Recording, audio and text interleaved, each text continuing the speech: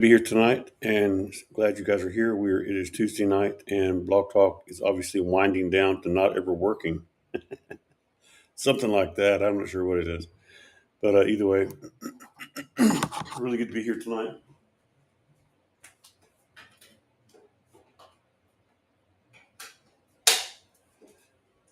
So we are, uh, man, we've been talking about all kinds of things. It's been really crazy lately, hasn't it?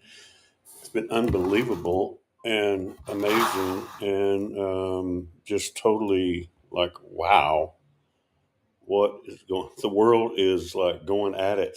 The church is going at it. It's just amazing. And, what we're seeing is a big transition. And as scary as it might be, everything we've been, many of the things we've been prophesying about, I believe, or, have been prepared. We've been preparing the way for this for a long time. Um, you know, at least I believe we have. And so we have been preparing the way for this. And so this has really been a really big shoe. Yes, it has. And so if you've been listening, pay attention, you kind of know what I'm talking about. So, really, really amazing how the things are developing so fast. The Joni uh, being uh, judged as a Jezebel, that's happening so fast. It's kind of scary, right? Like, wow.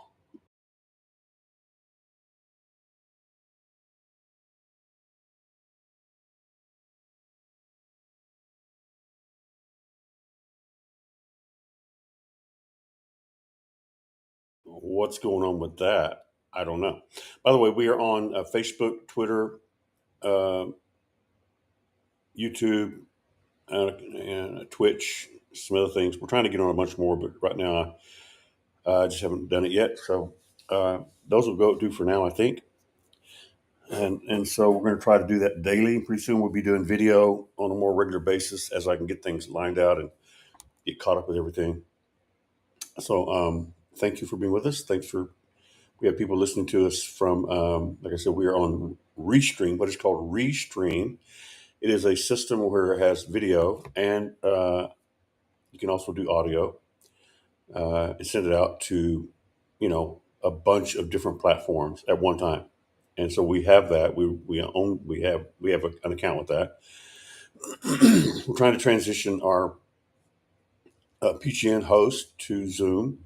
I'm not sure how that's going to work exactly. We did it with Deborah tonight, and so I don't think it went just real well. But that was our first person that we had, other than myself, doing show on Zoom.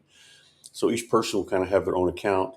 I understand, though, tonight somebody told me that in order to have the phone call, you have to have an account. You have to have a paid account, and so I don't know what's going to happen with that. We'll try to work on that a little bit. But anyway, so that's what's up, and we're working that. And if you get our text, you notice that Deborah had her show on Zoom tonight, and I'm not sure how it went exactly. She said it was a little people weren't sure. It's just kind of a new thing, so it's going to take a little time to get used to it. All right, so let's do that.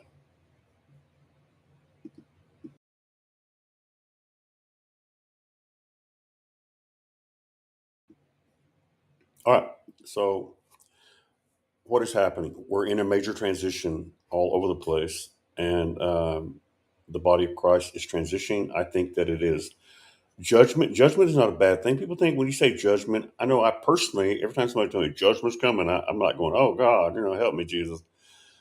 But and that can be if you're in the wrong. It's kind of like the Great Tribulation. People look at the Great Tribulation as, we're all going to die, man, if we're here, and they don't understand. It's the same thing as judgment. If you're on the wrong side of the tracks with God, then yeah, you might be in trouble. But if you're on the right side with God and you're living for Him, then you're going to be blessed and favored. I mean, it doesn't matter what it is. There's no wrath.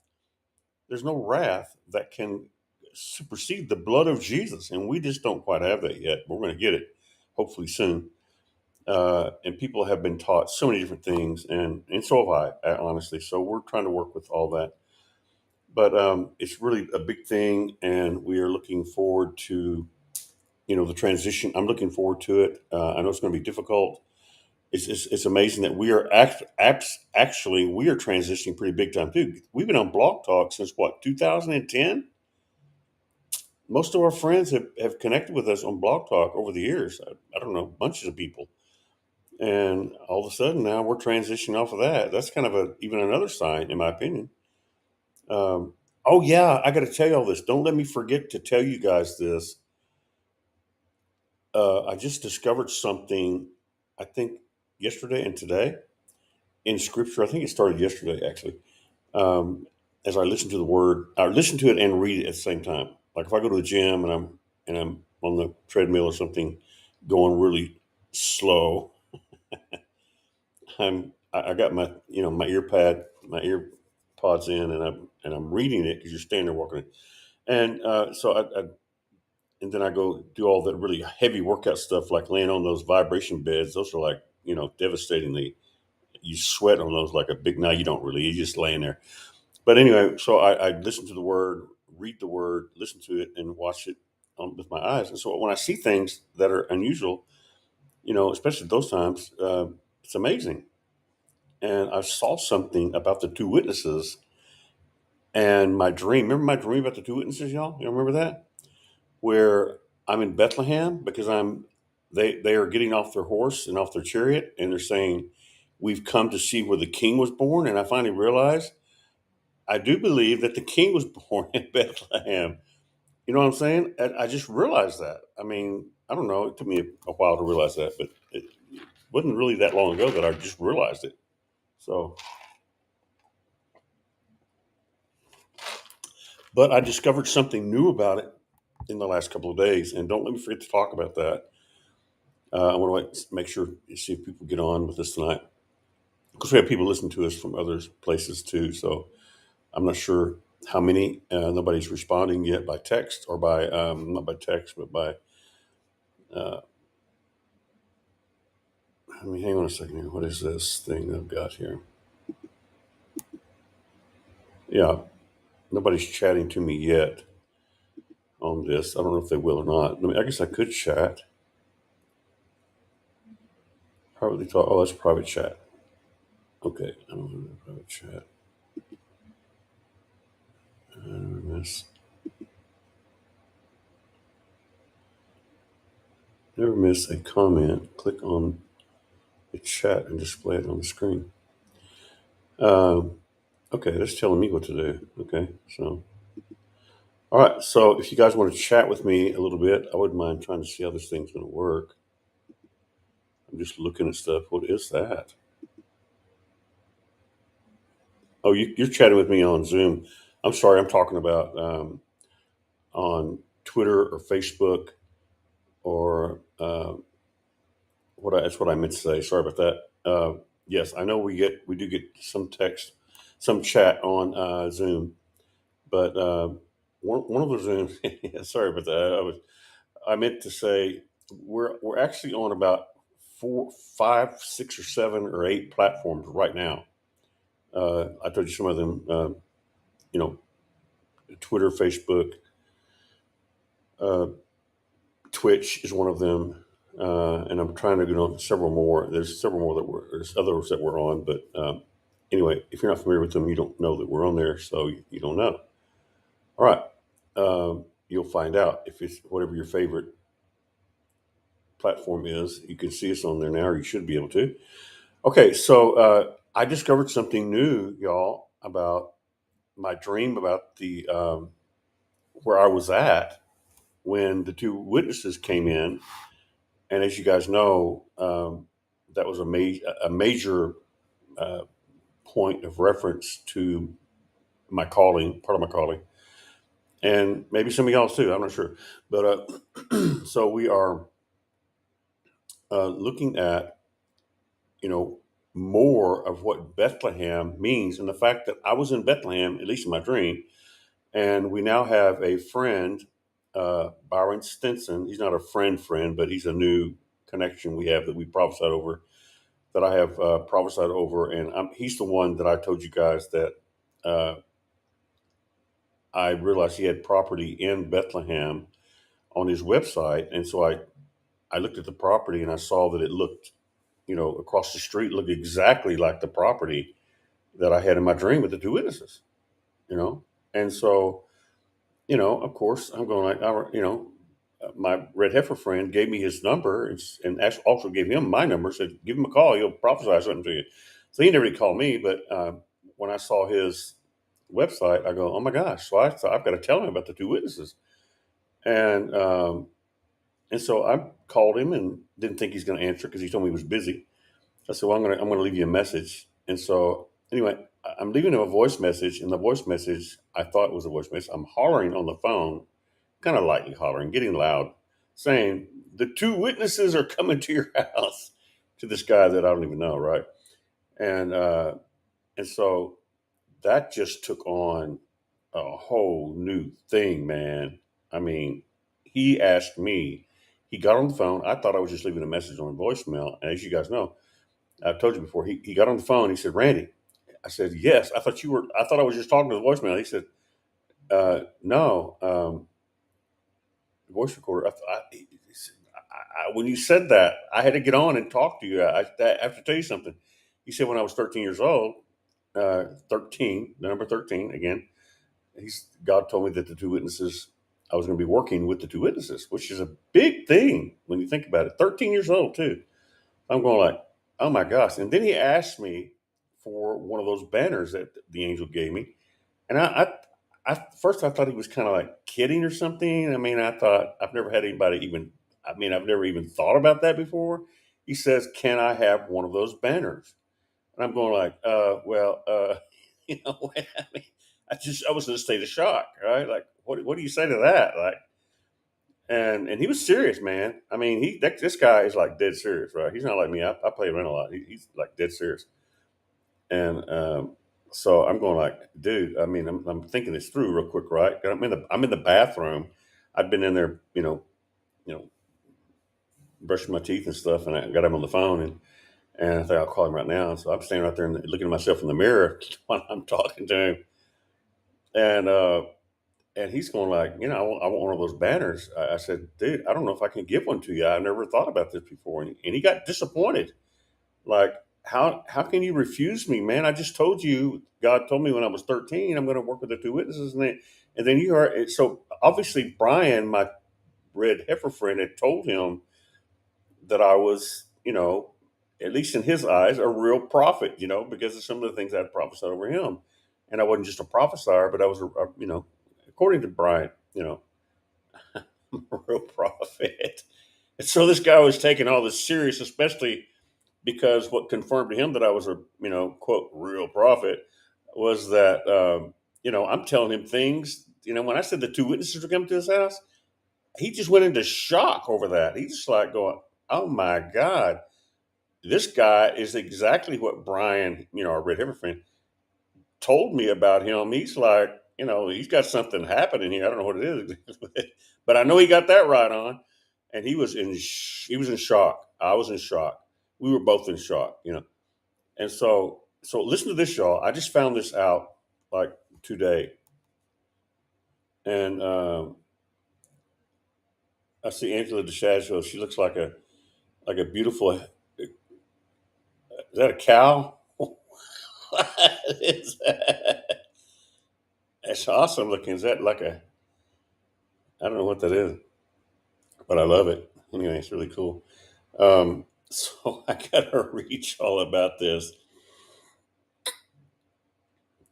Can I talk to you about this? This is just really awesome, and we've only got a few on tonight, at least on Zoom. Then we have some other people, I guess, listening by YouTube and whatever. But so um, anyway, Bethlehem or Bethel. Hey, give me just a second.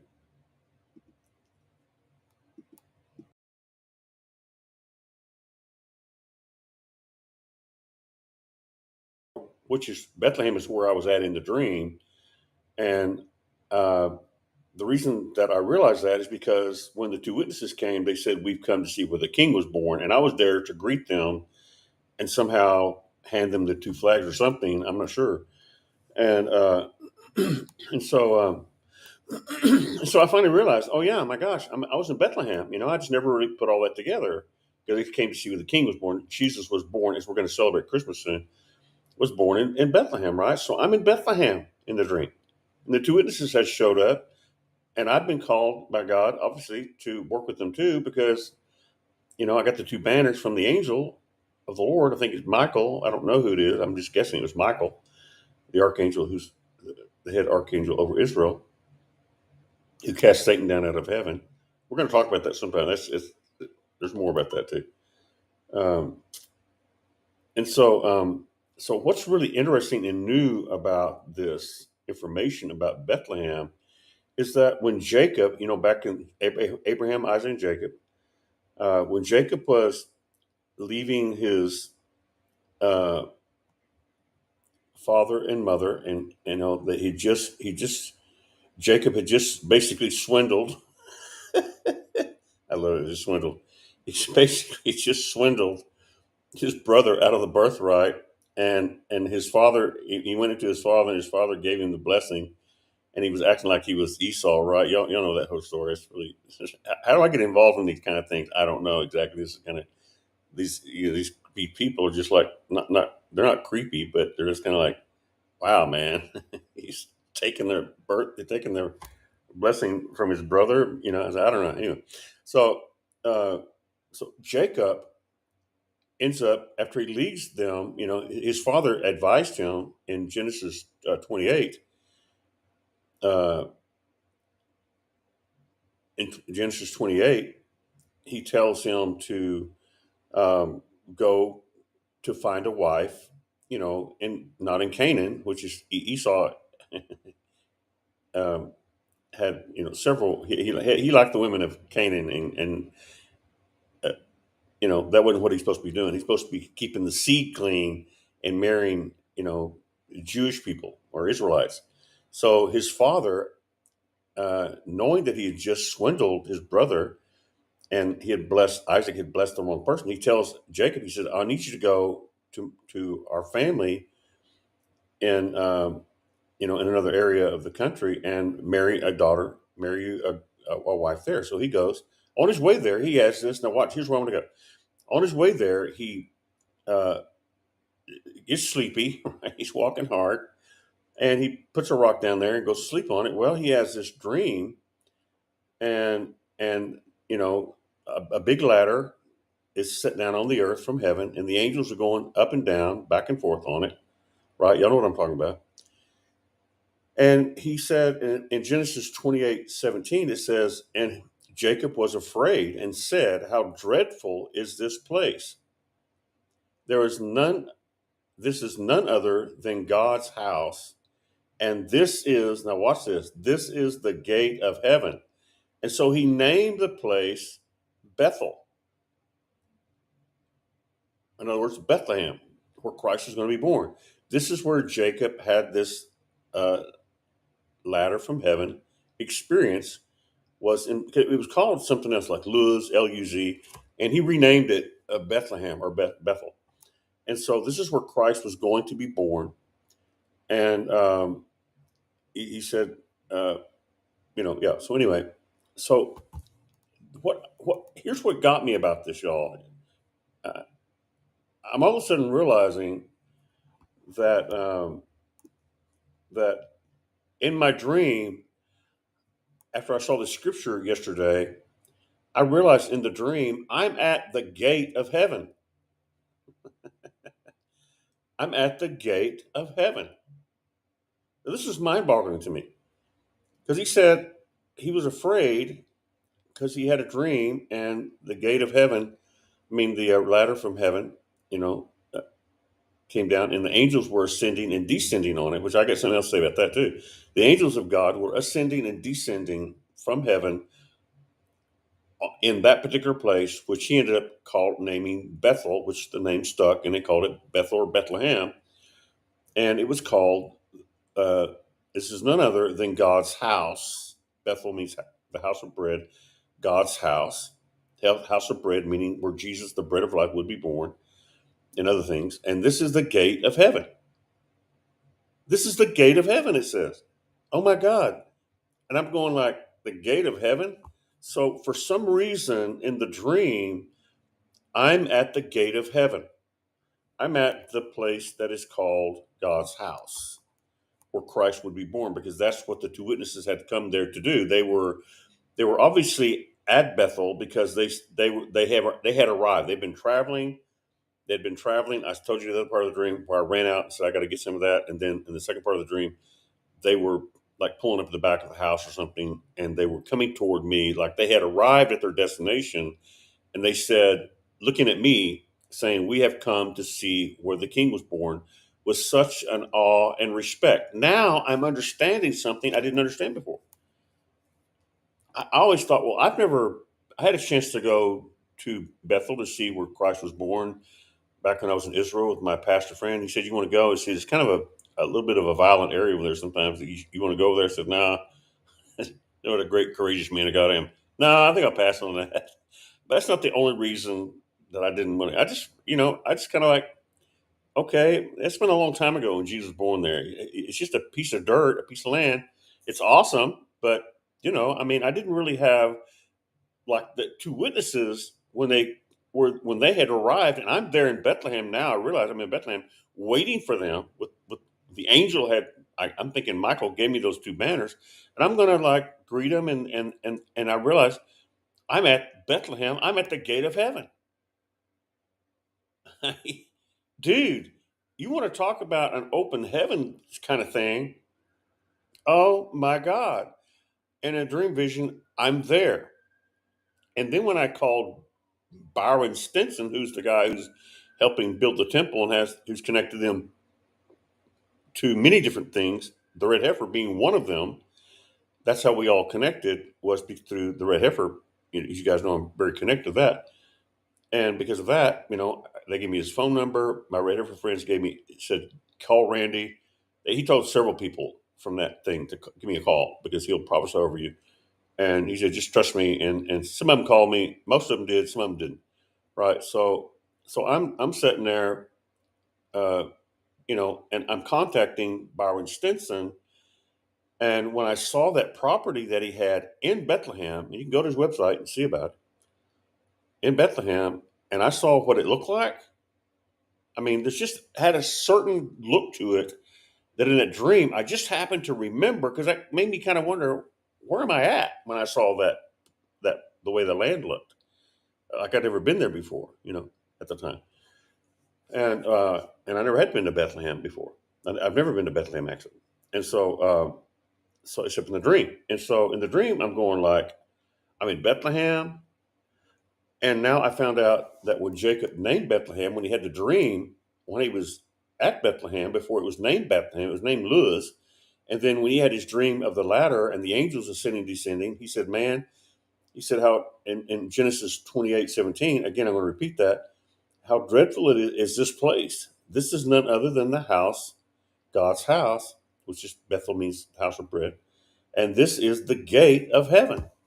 So I'm realizing that I am in the dream meeting the two witnesses because they had come to not just the place where Jesus was born, although that's what they said to me, but they realized more than I did that Bethel and where Jesus was born was literally the gate of heaven, according to Genesis 28:17, and also called God's house, which is, I guess you could say, God's house would be a gate of heaven, right? I mean, so and so when I called Byron, and when I saw his property, and I said, "That's the exact property that I saw in the dream." It was obvious. So I'm like a crazy man, calling him, leaving him a message, what I thought on his voice recorder, and hollering through the phone, kind of like this: "Hey, Byron, the two witnesses are coming to your house." You heard me, and I did it twice, right? I'm thinking he's gonna think I'm a lunatic and all that. Well, no, he's going like, "Huh? No, Randy." He said, "See, what I didn't understand is he had that property for a reason." And I was confirming to him because he knew that I didn't know anything about that. That wasn't something he went bragging about. He, he he tried to keep that kind of quiet until I got a hold of him, and then it kind of shows on that. But And so here I am realizing that I'm at, because I'm telling him that they're coming to, the two witnesses are coming to his house, and they were coming to the place in Bethlehem, which is where his property was. Now, is it the exact house, the exact property? I don't know. Honestly, I truly don't know. I shouted that out to him on the phone as he was, if he was here right now, he would tell you exactly what I did. Um, and so that was a good hint that it was at least in that area, if not that very property. I don't know. I mean, I don't know for sure. I just knew I recognized the area and the property, and I said, "This is."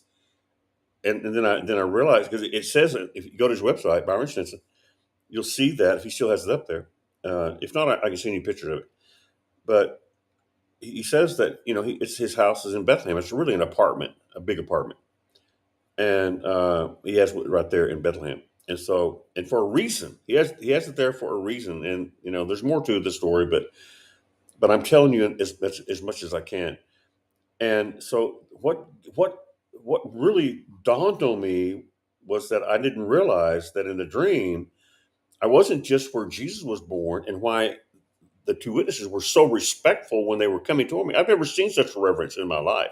I was a little bit convicted, maybe a lot convicted, that I don't think I've got reverence like those guys had. I mean, honestly, all truth. I just like, I'm a respectful, reverent guy, but I like Jesus likes to laugh and have fun, so do I. So, you can have fun and be reverential and respectful, but it's not about that. But it's more of the fact that, you know, I just didn't feel like I have the reverence and respect that they have for where Jesus was born. Is it awesome and holy? Yeah, of course. But I just never really thought about it before. And like I said, I had an opportunity to go there when I went to Israel, and I just, you know, Pastor Larry says, "You want to go there?" And I said, he said, and then before I could even answer, he says, "It's a little bit violent over there right now because I think the Muslims actually were in control of it." But I said, "Nah, I pass on that." So anyway, so we passed on it. We just passed right by it, basically. And because he was head of the tours of Forbidden Ministries, and so yeah, so he knew all the places, right? He knew every place. He took me to other places. He showed me different things. And he'd been there many, many, many times, right? Because Forbidden Ministries, he was one of the guides that took people around, so he knew all the places, right? I did not even know that about him until he told me.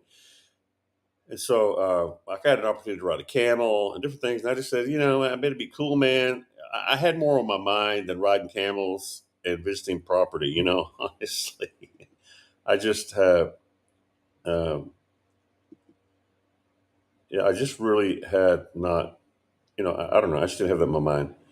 Um, yeah, Angela says, left my avatar cow. I did it once and can't change it. That sounds like something I would do. I can't figure out how I did it. I love it. No, it looks. I don't. It's really awesome. I love cows. And anyway, so Carmen says, I have heard you tell about the prophecy before, but that new info about it being in heaven, the place Jesus was born. Well, I know. Yeah, isn't that amazing? I thought it was amazing. I mean, I just realized this yesterday, y'all. Yesterday, and today, even more. Because I'm thinking I might want to talk about this soon. I don't know if I want to talk about it or not, but tonight I just thought, well, I think I want to drop that on you guys and see what you think about it. But it's amazing. See, I couldn't quite understand. I knew that Jesus being born there had to be reverential, and they probably knew things spiritually that I didn't know. And I'm thinking that's why they were so respectful and so honoring. I'm just trying to be totally honest with you. I just really didn't feel like that I was that kind of a reverential, all respectful guy about where Jesus was born. I mean, yeah, I'm sorry. It's just because I never thought about it. I can figure out why some people get, goosebumps on, you know, I mean, I can see walking where Jesus walked. That's amazing. And I want to do the same thing, but it's just, I just really don't feel that much. I mean, I don't know why exactly, but I want to be with him. I mean, I want to. I don't want to be where he was. I want to be where he is. That's my thinking, So I don't even think of anything else other than all this stuff is cool, man, and it's awesome. And I could kind of see why they would make a tour site out of it, but is it even really the real place or not? Yeah, that's what I wonder. So, so, so here I'm realizing then the dream. Why is God connecting me, prophetically, meeting the two witnesses at the gate of heaven or the house of God, which is where Jacob named it that. Yeah, because he had the visitation of the angels. Now I'm going to take you somewhere on this. So hang on a second. He had a. That's where remember the ladder came down and the angels ascended and descended. Well, guess what? In John, let me see if I can go there. Where's that? I'll find it. John chapter 1, 51. Jesus said this. Jesus said this very thing, y'all. Watch this. I'm starting to connect some things here. He said, Jesus said, and he added, truly, truly, I tell you, you will see heaven open and the Son and the angels of God ascending and descending on the Son of Man. So Jesus was born in a place. Literally, see, I'm starting to. I think God's answering my prayer on why did the two witnesses have such honor and respect for it? Because they had to know something I didn't know. That, or I'm just like a duh kind of guy. I don't know which one. As far as some things, I know I'm a duh kind of guy sometimes on some things, but like that. I said, God, is there something I don't know about this? That they were so reverential and so in awe. It's like it just was too much or something. I don't know. It's amazing. I was convicted by it. They were holy and I wasn't type thing like, oh my God, these guys are hot. It's amazing. And so now I think he may be answering my question as to what, when they were showing up in the dream vision and I was there at Bethlehem where Jesus was born, waiting for them with their two banners from the angel, right? That Byron Stinson said he wanted one of them. God bless him. I hope I can give him one to him. Maybe, I don't know. Maybe y'all have one of them. I don't know. Well, who's going to have them? I don't even know anything about it, but God didn't tell me to do anything with them. So, Byron Stinson asked me for that. He was very serious. He took it very serious. I think because he knew more than I did. They all know more than I do. I'm thinking, what do they know that I don't know? And so, even though I've read this before, I've never really connected the fact that Jesus himself said, truly, truly, I tell you, you will see heaven open like Jacob did, and the angels ascending and descending on the Son of Man, which is really, I guess he's the latter, right? Because with Jacob, when he had the dream and he named it Bethel, the angels were ascending and descending on the ladder. That's what it says in Genesis. I think I read that earlier, or give you the general where that picture, where that scripture is. So I'm going like, God, what are you doing, man? Woo! Everything you told me years ago, I just kind of thought, I don't even know anybody that's connected to the government of Israel because they told me I was going to be prophesying to the government and to, you know, not just Israel, but mainly Israel, but, all over the place. And I'm going like, yeah, man, I have people prophesy to you walking in and go like, yeah, I don't know how that's going to happen because I don't know anybody. That's that going to. So now I kind of know now a little bit more. And now I'm starting to understand why they walked up upon that place where I was at in the dream with the two banners from the angel. Like it's almost like the angel and me. Well, when you read about Jacob, you see that when he approached that area, the angels were everywhere. The angels were everywhere. A portal, yeah. It's not just a portal; it's the portal. Carmen says, "You think could it be a portal? It is. That's what I was. I didn't use that exact word yet, but it is the portal. It's the portal of portals. Yeah, because that's what I'm saying. It wasn't like there was stuff everywhere. It's that this is, yeah, it's the gateway. The gateway is the portal of portals. You know what I'm saying? There's portals all over the place. Yeah, and I don't know if I'll ever have one of those or not, but at least I'm in on this one. I mean, I can't just, I'm just going like, dear God, what is going on around here? and this is crazy. We got all this stuff going on with the Jezebel thing with Joni, and that they're saying now they're saying she's Jezebel, and that was a big word back 3 years ago. If y'all remember that, I mean, I had a lot of people kind of get mad at me about that, including my wonderful wife, who just said, "You're a lunatic." Basically, what's wrong with you, man? That's never going to happen. I'm going like, okay, I don't know. I'm just doing my job. What do you want me to say? Renounce it all? Because she just couldn't comprehend that. I was just to her. I was just I was a servant of God who just prophesied. And she didn't really connect the fact that I might be a real prophet. Maybe like she couldn't connect that. She was family members. That's how it goes. So anyway, that's what's happening, man. And so when Jesus said that you're going to see the heavens open, he was going back to Jacob's dream, where Jacob saw the ladder, and that Jesus is basically saying right here that he's the ladder, and the angels are descending on the Son of Man. Well, he's saying that, hey, I'm interpreting Jacob's dream for him. He saw me in the form of a ladder, and the angels ascending and descending, on me, and it's kind of like, wow, this is amazing, you know, and so and here I am in the dream with the two witnesses telling Byron Stinson, who's putting the temple together, or supplying, like the red heifer. He supplied the red heifer as far as information, connected them, because they knew who to contact when they found out they had a good red heifer. My red heifer friends found out they had a good red heifer. They're reaching out. They're saying, "Hey, we've got some red heifers here," and Dr. Robert Morari, who's been on the show with me before. you know, Look at God's connections, how He's connected me. This is, and I can't even say all of them, right? But the connections that we have, literally, and those people have been on my show with me, the red heifer people, both of them, the one who actually grew the red heifer, and my friend Brian Davenport, they're both Davenport's brothers. I didn't even know they had the red heifer. He never told me that. If he was sitting right here, he'd tell you. He never told me anything about his brother growing red heifers. I didn't even have a clue. I wouldn't even know that was. I never was into the red heifer thing. I didn't know that red heifer thing existed. I wasn't into it.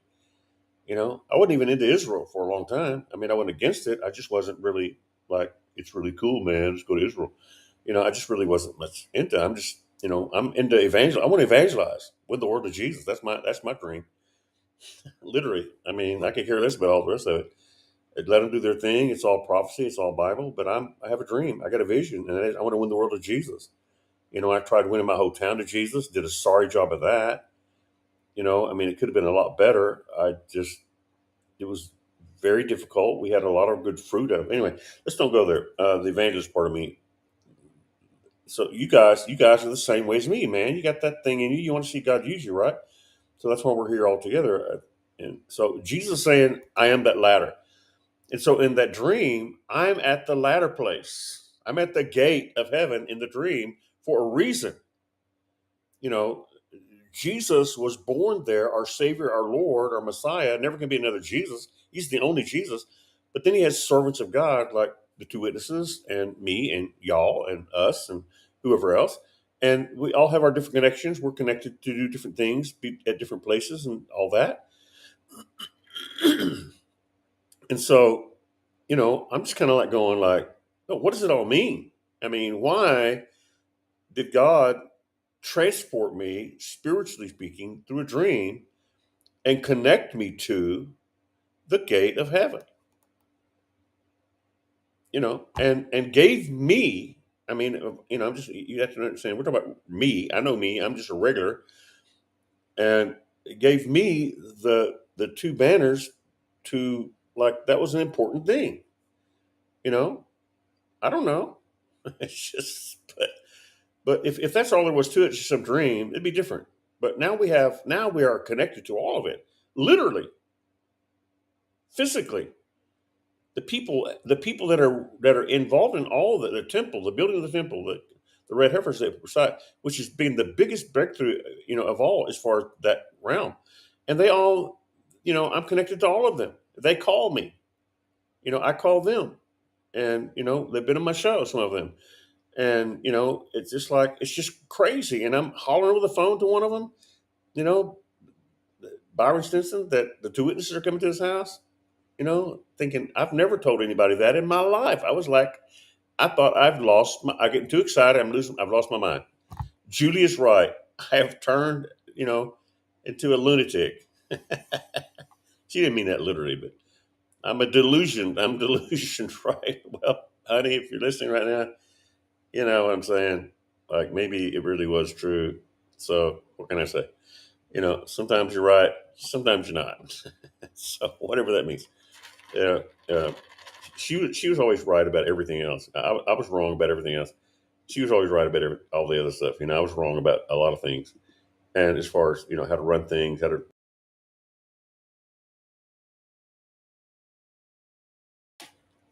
and women just have a thing, man. You cannot take the place of a woman. A woman just does. She just has something that men we just don't have. You'll have a lot of things that we don't have actually, but don't forget who gave them to you. Okay, don't forget about that. Yeah, out of our rib, man. Y'all got some of our stuff. Yeah, we want it back. I'm just kidding. But it just says that we men need to learn to love themselves, right? Because that's our rib we're loving. If we don't love our rib, then we don't love ourselves. Well, that's what the Bible says. Anyway, I'm not going to go there. No, I will not. I'm not. I'm not going to go there. So anyway, y'all, being serious, I'm trying to be serious tonight. It's difficult because the more fun I have, the more I get in the spirit or something. I don't know what it is. Um, anyway, so that's kind of what's happening, and I don't know why I'm talking about this tonight exactly. I don't want to talk about the Joni thing anymore. As far as the details of it, there's a lot more I want to talk about that. I do not see them. I do not see them. I think it's possible that they'll repent of merchandising. However, I'll say this about Trump, though. I said it's not probable, it's not impossible that Trump could be president, as I said a few times on the show, but it is possible. It's not probable, but it is possible. And I'm going to say this about Joni and the Daystar and all these merchandisers. It is not impossible that they will repent of merchandising. I don't really see it personally. It's my personal opinion. I don't see it happening. Kind of like Jonah and that kind of stuff. But at the same time, it's very probable. It's probable. It is probable, but not probable. It is. I'm sorry. Let me get this right here. It is not probable, but it is possible. That's what I'm trying to say. So that's it, y'all. I mean, that's really it. That's what I think, and it doesn't mean that that's what's going to happen because we saw what happened with Trump so far. Uh, I said on July the 14th that if Trump gets every vote in the whole world, it's not going to change what's going to happen. And you can see that going on. We're now watching the Middle East have the biggest shift it had ever.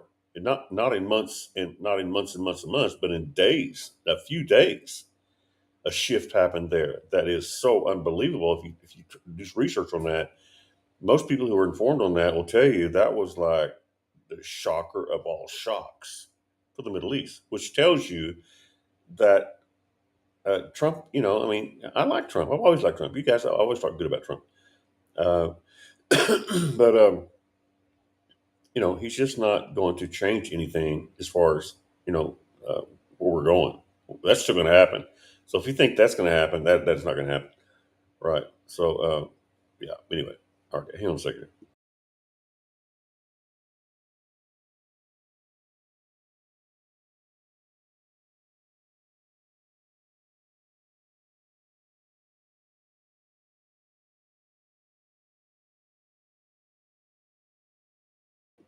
Okay, so there we go.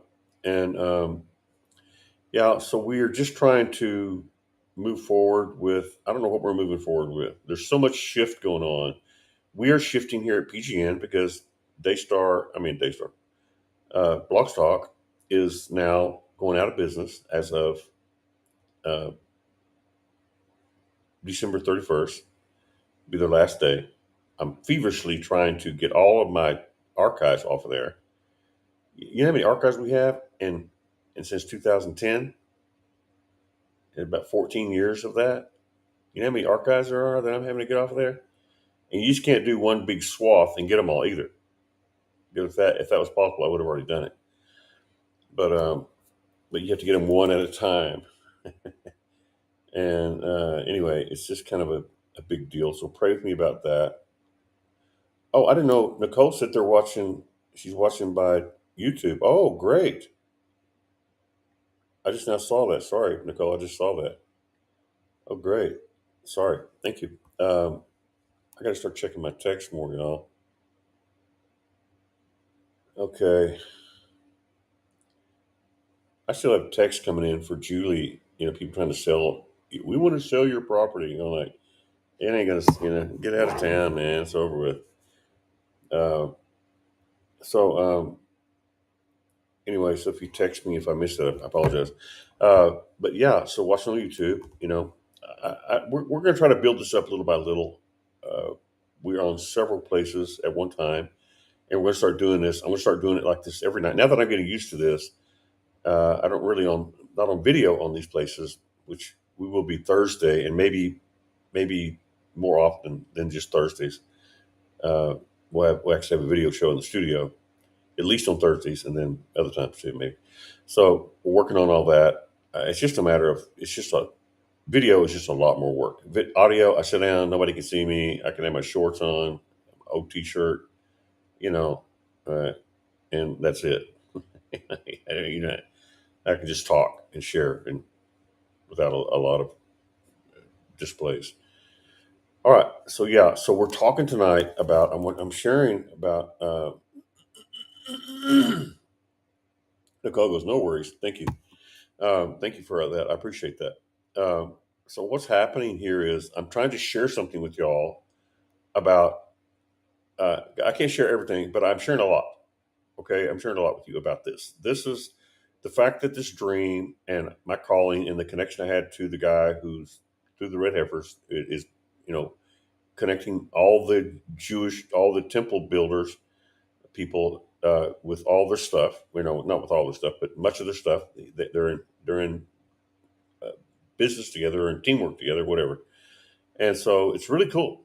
And he says first time I've ever heard anybody say, Byron Stinson told me this, and it crossed on. Okay, in case you have a hard time believing it, he told me this guy he said when I was 13, God told me that I was going to be working with the two witnesses. Y'all, I have never heard anybody say that ever except me. That's why I was shocked. I kind of went when he told me that, and here I am hollering over the phone to him. Are y'all getting this? I'm hollering over the phone to a guy I don't even know. Hollering, not real loud, but like this. When you get a hold of this, when you chew this a little bit, you start seeing this like something amazing's going on here. And I'm thinking he'll never, you know, he'll never let me he'll shut me off where I can't get to his phone anymore. And he'll call my friend, my red heifer friend that gave him my phone number, gave me his phone number. He'll say, get this guy off my back, man. I thought that was kind of where that was going to go. But, I'm just like, when I get caught up, I just go. I just take off and I just started hauling on the phone. And I thought once would be enough, right? The Lord said, do it again. I went like, oh my God, Jesus, thank you for giving me this opportunity, when I'm freaking out like things and think I'm nuts. So you have to think about that. That was like a huge move from just seeing a picture on the internet of his website with a place he had in Bethlehem, right? That looked exactly like across the street, the property of a house that I was in.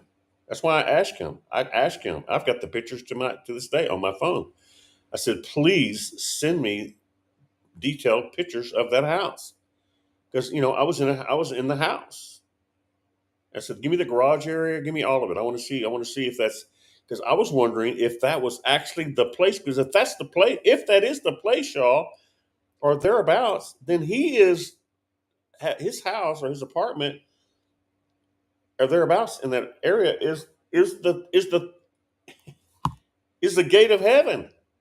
You understand what I'm saying? The gate of heaven. And you may walk right past it and not know you're walking past it, but you see what I'm saying? So I'm not saying that it's probably I don't know. If I went there right now and I stood where I was in the dream, in that area of that house that I was in a dream, and when I saw the two witnesses coming down the road, and then they, got out of their dismounted and said, "We've come to see where the King was born," with such a holy reverence that it just was, shocking to me. That if I could go back and stand in that place now that I know this, I'd probably have what they had. Maybe, I don't know. I'm probably going like, because when they said the words, "We've come to see where the King was born," like, we finally made it, man. This is the place we've been wanting to see forever. This is better than anything we've ever had. If we can just touch the ground, or that's the way they were acting, you know. And I was there, and I don't remember feeling that. I'm on the property waiting for them, right, to show up. Okay, you guys, I got a couple of gifts for you. Here's your banners. And they probably tell me like, "Yeah, you're gonna be carrying them for us, Chandler." Maybe that other guy, what's his name? You talking about Byron? I'd be going like, "I know Byron." Yeah. Oh, you want me to give it? Then I would give it to him, right? But I ain't going to give it to nobody until the Lord tells me to. I would love to, but you got to, when you give God gives you holy things, you don't just pass them out to everybody, right? You have to do what He tells you to do. All right, I'm having fun with it, yet I'm being serious at the same time. Yeah, this is like big. So now if I went there, see how God answers prayer. Now if I go there, I would probably be standing there going like, I'll probably find me a rock like Jacob did and lay down on it, try to, walk around, try to find the place. Hopefully God will show me the place I could put my head down on the rock and see Jesus as a ladder. Hopefully I just see Jesus. That's what I want to see. I can hear Elizabeth the ladder. But I would just love to, see Jesus. I've seen him before, but I would love to see him, like really see him. That would be so awesome, man. Now if I went back now, or if I went there now in the natural, um, and I'd find me a rock and lay my head down there. There's no telling what would happen, man. Would I be thinking like them with that deep reverence and respect? Yeah, because now I know more than just Jesus, more than Jesus being born there. Like I don't want to go back where I was born. Like, what's the big deal with born room, 113 or something? Probably was 113. Probably, I don't know which room it was. I'm just kidding about that. But room 113. You want to go back to room 113 where Randy was born? And nah, I could care less about that. Who cares where we were? I mean, like, what's so, you know? So even though it was Jesus, I just never thought about it, right? So now I'm going like, so what I'm trying to share with y'all tonight is my difficulty I was having with how come I don't have the same reverence and respect as the two witnesses had? Is there something wrong with me? Am I not spiritual enough? Am I not, holy? Whatever. What is it? And so this gave me my answer, man. I mean, I knew these scriptures, but I never put all that together until yesterday. Yesterday. So let's say we have a little tour. We take our PGM friends over there or something like that. Y'all, that's what we'll be doing. We'll be going like, and y'all, I'm going to find my rock. Y'all have to find your own rock. Okay. So just write that down. And I'm not selling rocks either. We will not be selling rocks. Yeah. Never. Never. Okay. Anyway, so that's going to be interesting to see where all that goes. But now I know they weren't just approaching where Jesus was born, they were approaching the gate of heaven, the house of God, the house of God. Somehow or another, I don't know what that means. What does that mean? I don't know, but it's awesome. Whatever it is, that's mean. It says that Jacob was in the scripture that I read. It said Jacob was fearful. I mean, when he realized it was the house of God, he's going like, he says, let me see, let me read it to you. Read it to you exactly like it said. Genesis 28:17. Jacob was afraid and said, because he just had a dream of the ladder and the angels ascending and descending on it. He said, "How dreadful is this place?" So that's kind of what the two witnesses were doing. It's kind of like, man, like, this is like dreadful. It means like like, wow, man, this is like scary. This is God Almighty. You know what I mean? That's kind of like that. And that's what Jacob was the same feeling that the two witnesses had when they were coming up and telling me that we've come to see where the king is born. That's kind of the attitude they had. It's like whoa and awe. And that's what Jacob is saying here. How dreadful is this place? This is more, this is none other than God's house, and this is the gate of heaven, y'all. Now, I don't know what that means. I don't have no doctorate, or I can't interpret all that. I don't know what that means exactly, except somehow or another, it's an important place. Physically, physically, physically, it is an important place. And I'm not into physical places. I could care less where I live. I could care less, but better just give me something, like when I was homeless for a while, I was remodeling houses. I lived in the houses that I remodeled because I didn't have a house. And I went to Walmart and, got me those little blow up mattress things. And, and I finally got me a pillow and I slept on that stuff. You roll off those things if you're not careful. You have to get the air just right in case you guys never had one. It's really, really awesome. Cheap too. And so, I mean, I can care less where I'm at. Just hopefully have something soft to sleep on. If not, I'll probably get used to the dirt, whatever. I don't really care. Honestly, I just really don't care. I don't give a rip about any of that stuff.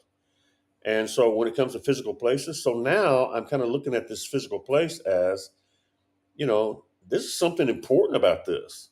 I want to sleep there if I have to sleep on the rocks or without the rocks, on the dirt, whatever. I'll take it now. Because somehow, some way, if the two witnesses who seem to know a lot more than me, thought it was holy, and they were telling me, like with this awe and like, whoa, man, we have finally made it to the place. Literally, that's what they were like, to the place. And I'm going like, dear God, man.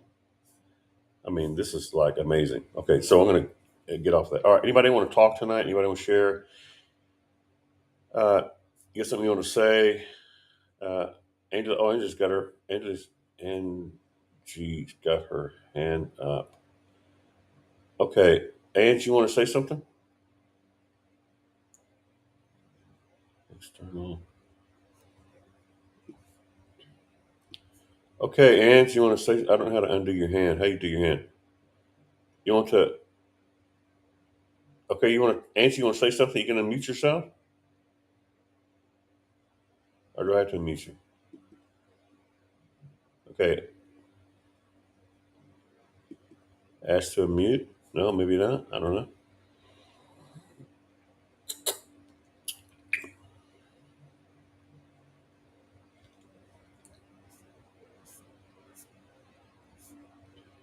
Okay, nobody wants to. Okay, I'm trying to get you to unmute your. Uh, Ask to unmute. I've already clicked ask to unmute. And you're not unmuting, so maybe you don't. Maybe you've fallen asleep or something. I'm not sure. Either way, okay, good, no problem.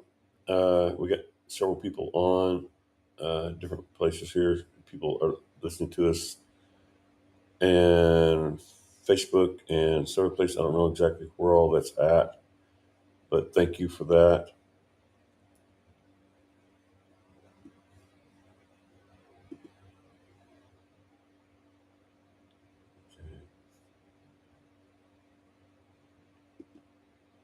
Okay, I just put Nicole on.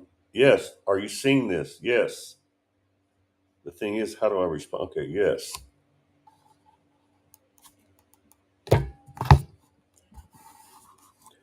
Okay, but I just saw it though. That's because I don't have it open all the way. I did not see it. Awesome. Okay, Nicole, thank you for that. Nicole goes, hey, Randy, are you seeing this? Yes, there you go. I just saw that. Can't post messages to some channels. Okay. Awesome. Um, yeah, she goes, cool. All right. So I'm putting that up there. I'm putting you up there. I'm sending this on I'm sending this on YouTube. Okay.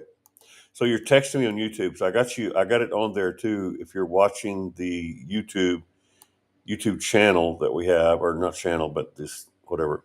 Um, yeah. So there it is.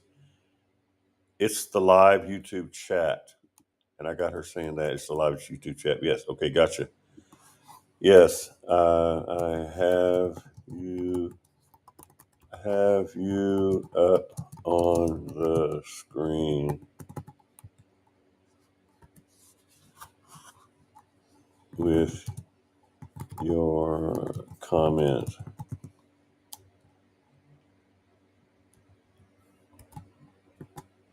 All right, this is cool, man. So, anybody new out there? We had some guy from Africa, I think last week from Africa. Somebody named, what his name was. Okay, host. So, okay.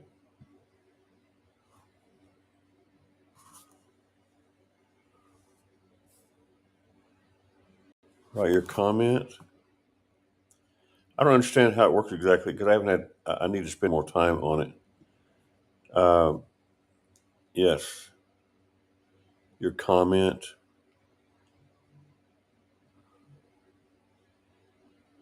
Okay, yeah. Please comment from whatever platform you are listening.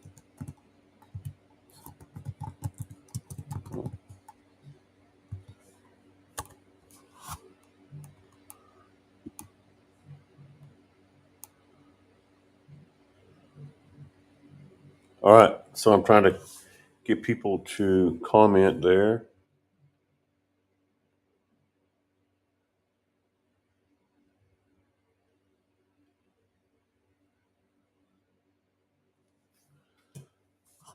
All right. Okay. All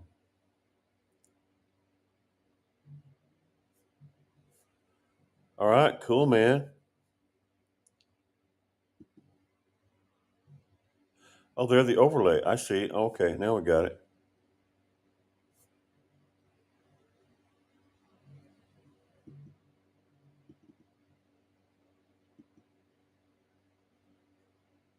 Okay. There it is.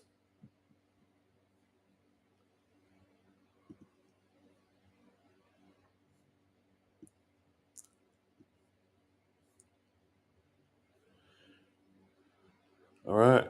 Gibbs Thomas. Hello? Hey, Ange, you finally got on. Okay. Yeah, sorry. I was laughing because I was at the gates of heaven then. I didn't know it. I didn't behave very well. What are you talking about? The gates of heaven? You mean like? When I went to Bethlehem. I went to the Christmas Eve service. Oh, okay. And now, who were you And there? Were you traveling with some people, or what? yeah, I was traveling with Sister Ruth and Okay. my friend Janice. And yeah, in fact, Sister Ruth and I stood on the looking at David's like on a bridge, and it was her favorite place. You could see over the whole city. Uh huh. And but that same night, but that's the night I ran into Arafat. Oh, okay. That's the Airfat thing. Yeah. Yeah. I said, oh no. I said, oh, forgive me, God, because I did. I found my way outside and I had to go to the bathroom really bad and I wasn't going to wet my pants. So I found a dark corner and I said, oh no, I peed at the gate of heaven, but I pee in my yard all the time. So we're cool, ain't we? Yeah.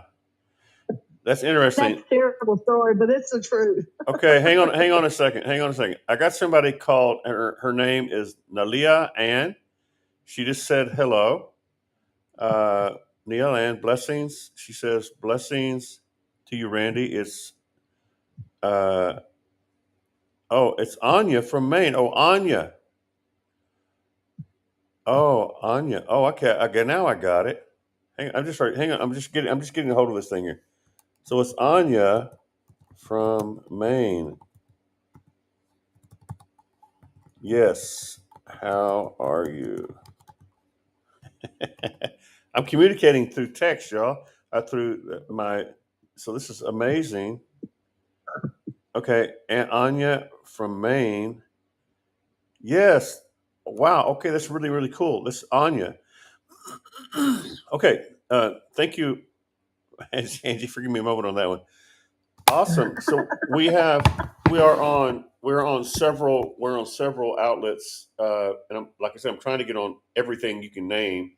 We're trying to get on everything. We're on like I don't know 5 or 6 or 7 right now. Let me see how many we're on. We're on several right now. I'm on 4. I actually have 4 going at this moment. I don't know what some of them are not,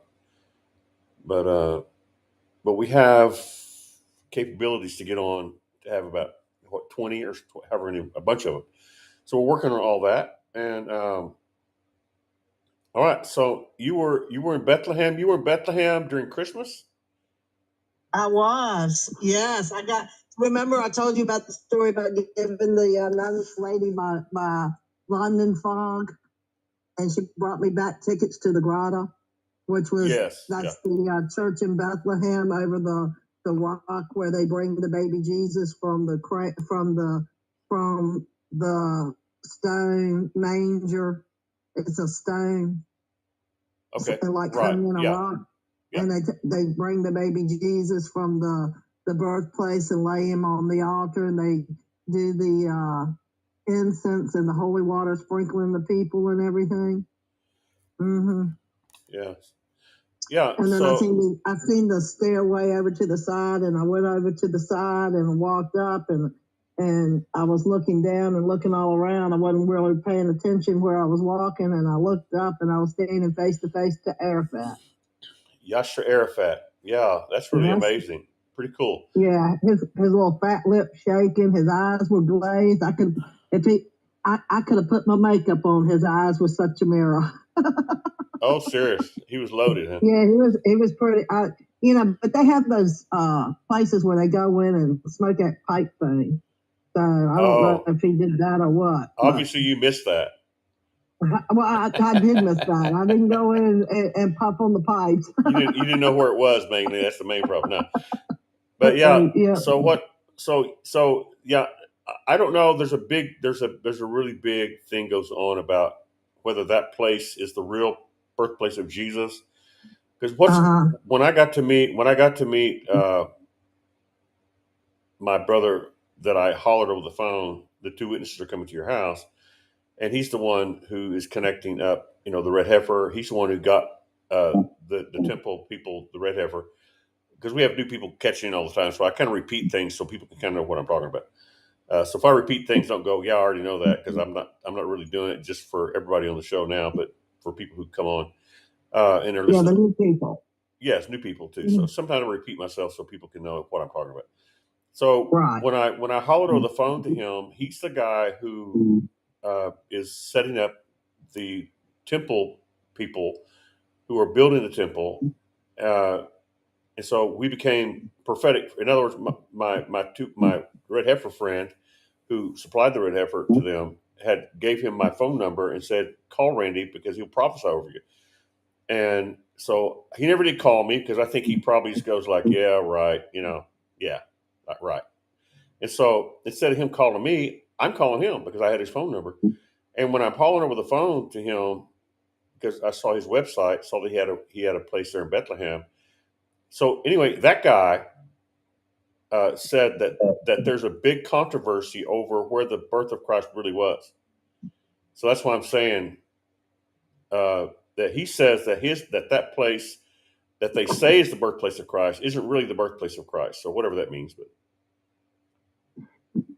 Well, they say a lot of the places aren't what they say they are, but who knows? it's a type and shadow at least. Yeah, it's good to Yeah, go and I mean, honor it. Yeah. when I was in the Holy Land, this is what I discovered. It had a lot of rocks, and it was a lot of hills to walk and climb, and because all they have those round rocks everywhere in the sidewalks and everything. So it's kind of hard to walk. I don't know if it's different now, but back in the day it was.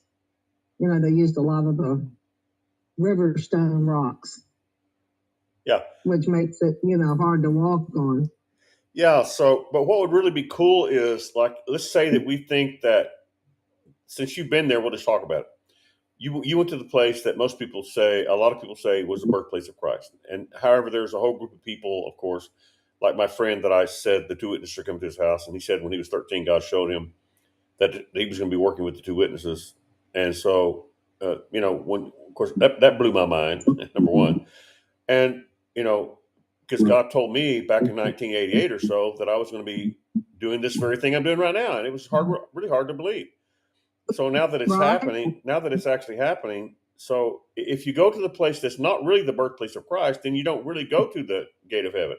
I mean, it's cool to go to, and I would love to go there to that place you're talking about. I'm not saying it's not a cool place. I'm just saying that the fact that in my dream I saw a vivid, detailed picture of image of where I was at. I could see where I was at very clearly. I saw across the street. The two witnesses were coming down the road, kind of like it seemed like it was a dirt road. They were coming down that road, and Elijah and whoever the other guy was, and that property. I think that's the court. Isn't that King David's court right there across the street from it, though? No. What I saw was just a bare. It didn't have any buildings on it. It was just bare. No, it doesn't. But that's where they held the biggest. That's where the Catholics was in the grotto doing their ceremony, right? The service with the water and the smoke. I don't know. But across the street or across it, there's a gate up.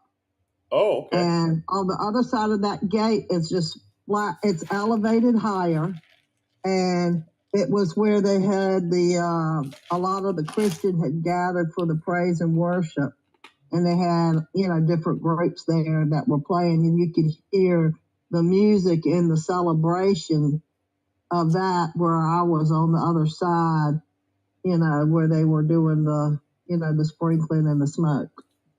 Yeah. I want you to stay away from that smoke next time. Do not get in that smoke, because I think it messed with you. Yeah, I think I'm going to advise you as your friend and I'm not your pastor exactly, but I am your prophet buddy. And I would definitely recommend that you not go back in that smoke ever again. Okay? Just say yes, sir, Mr. Prophet Man. Yes, sir, Mr. Prophet Man. I'll stay out of the incense.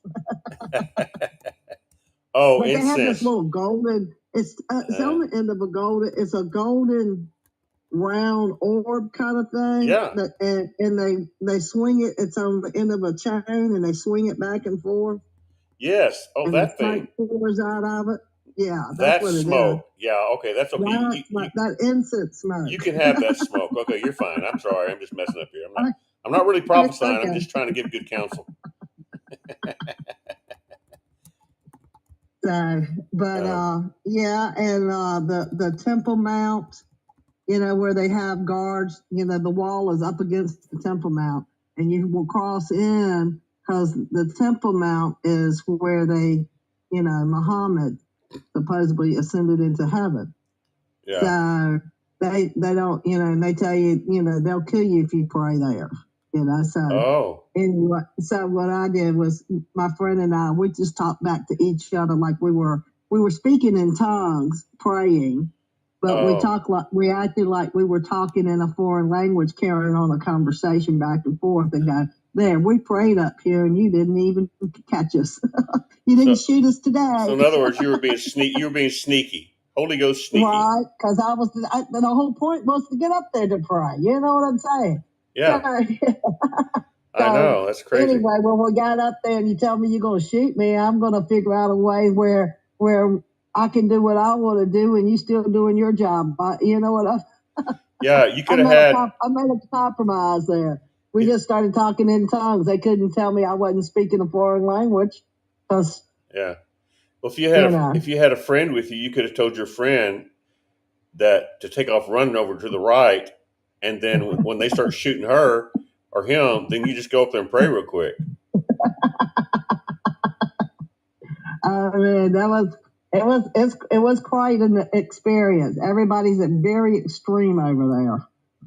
That's why I say, I mean, the the Muslims are very Muslimly, and the Christians are very Christiany, and the Catholics are very Catholicly. Not saying that Catholics aren't Christians, but Yeah, they I set got you. themselves apart. Right. Yeah. And so yeah, the what is it? The Del Rosa, the 12 stages of the cross, Okay. and I don't know.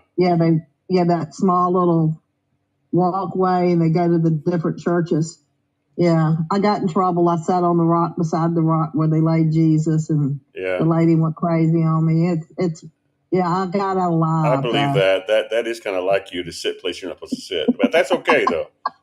I personally would it wouldn't have bothered me a bit. A bit. I've been going, yeah, that's just Right, Angie. I Leave told her her I alone. didn't sit on Jesus. I told her I said I did not sit on Jesus, and I didn't sit on Jesus rock. It's the rock beside Jesus You were just rock. trying to sit in his lap, man, like the little kids. Come on. But she thought I'd committed a cardinal sin for sure. She put both hands and started away. Yeah. Both hands on one Hey, on one cheek, one on the other. you should have spoken tongues and no telling what you might have said to her in the Holy Ghost. In the Holy Ghost, you might have said something like, "Back off, woman! I'm in the arms of Jesus right now." Yeah, I And should she would have have. went Yata Kaleho and done said and yes, Well, she ma'am. scared me. She scared me, Randy. She scared me. I didn't even know I was doing anything wrong. I was just trying to, those rocks were killing my feet. I was on the bottom of my tennis shoes. I had good tennis shoes, but they couldn't do them rocks. Yeah, she was getting ready to offer you up, and you just didn't know it. Right, right. I hear you. I got out of there alive. Air Force One was there when we landed. Oh, They really? started dropping, yep, as soon as it lifted off, they started dropping bombs, and they told us to go home. And I looked at them and said, "It took me too long to get here. We're here now. Yeah, we're not going anywhere. We're not Sorry. going anywhere. If Hey, we got a hey, bomb, I might as well be here." exactly. So what do you mean Air Force One left and they started bombs? You say bombs? Yep, they started bombs. I think it was in '99 or '98, the year I was there. I'd have to go back, but 99. Yeah. it was the Clinton was in office, Yeah. so I think it was around '98. Wow, interesting. Yeah, because Yeah. I gave that lady a prophetic word that I've talked about many times. The lady from Texas, from Uh huh. yeah, that she went to visit her husband, and I'd given her a word that bombs were going to go off all around her or explosions. And we were in Texas at the time, Monahans, Texas, which is an oil field, country in Texas. And I was there holding a meeting in the library, and people came, there to a meeting, and so I called her out and said, "I see explosions going off all around you." I'm going like, I'm thinking, when you give words like that in the back of your mind, I have to confess in the back of my mind, I'm going like, "Oh my God, let's all run for the hills." But so what happened was, in case those who haven't heard this yet, because this all happened in Tel Aviv in Israel. So I gave her a word like in 1990, 89, 90, somewhere in there. I think 89. And I've been trying to get records of it, but they don't keep records that long. I actually went to call the library trying to get them to give me records on when I was there, and it's been so long that they didn't keep them anymore. But so about 89, 90, somewhere in there. And what happened was Saddam Hussein uh, decided to bomb Israel with dirty bombs, and she just happened to be there about a year after I gave her that word, and she was in Tel Aviv, exactly where he bombed, Wow. and she's going like, and so the people from Israel, came to her apartment where she was there visiting her husband, right, during Christmas time, and she says to them, she says, because she realized there's that crazy word Randy gave me, that crazy guy Randy. Of course, I knew them personally because we became friends. There's that word Randy gave me. And so when they came and tried to get her to go to a shelter, she said, "I don't need no shelter." This woman was bold, man. She was like in her 60s, 70s, somewhere in there.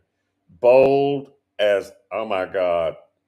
She told those people that were trying to, they handed her a mask and said, Saddam Hussein is known for putting out dirty bombs. You need to put this mask on and come with us. She said, oh, I'm not going anywhere. She said, I got a word from God. That's what she tells them. I got a word from God. And so she takes the mask. She told me, she said, Randy, I did take the mask out of respect.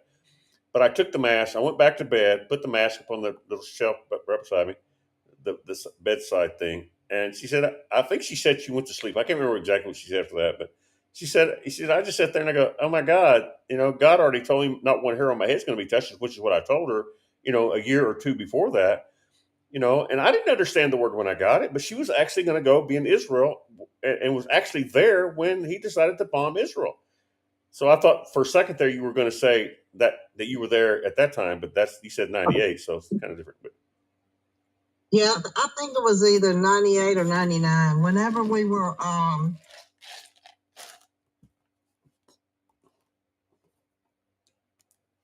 maybe it was I forgot who we were bombing. Obama? We were bombing Obama? No. No, we were dropping the bombs. Oh, we were dropping the bomb. We dropped them. Oh, oh, I didn't know. I don't remember. I don't know anything about that. We dropped the bomb.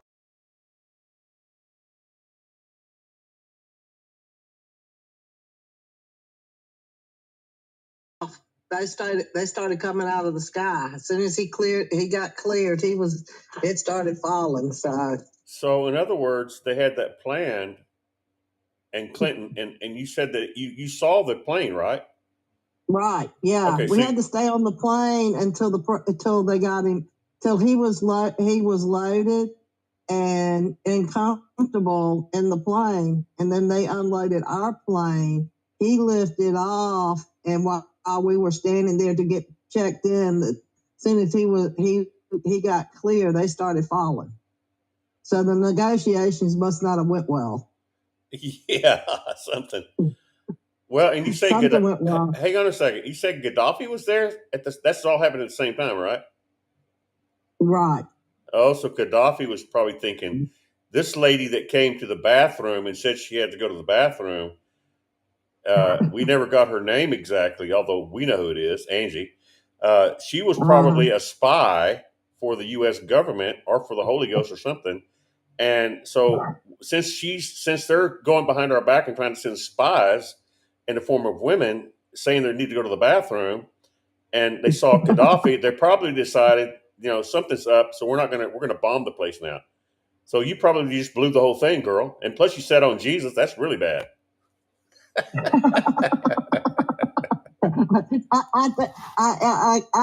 If I could have created, I turned my back on the wall. You're supposed to You're supposed to walk backwards, and then after a certain amount of footage, turn. Yeah. And you can walk away.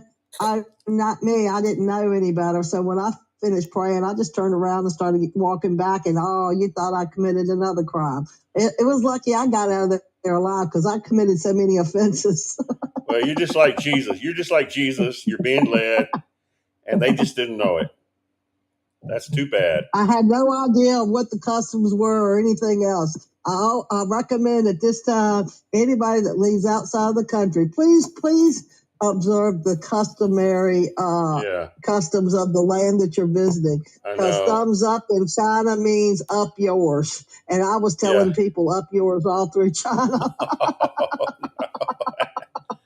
I was saying it's good and, great, well, just it's just a good thing you weren't saying the F word or something, you know what I'm saying? Like, hey, man, F you.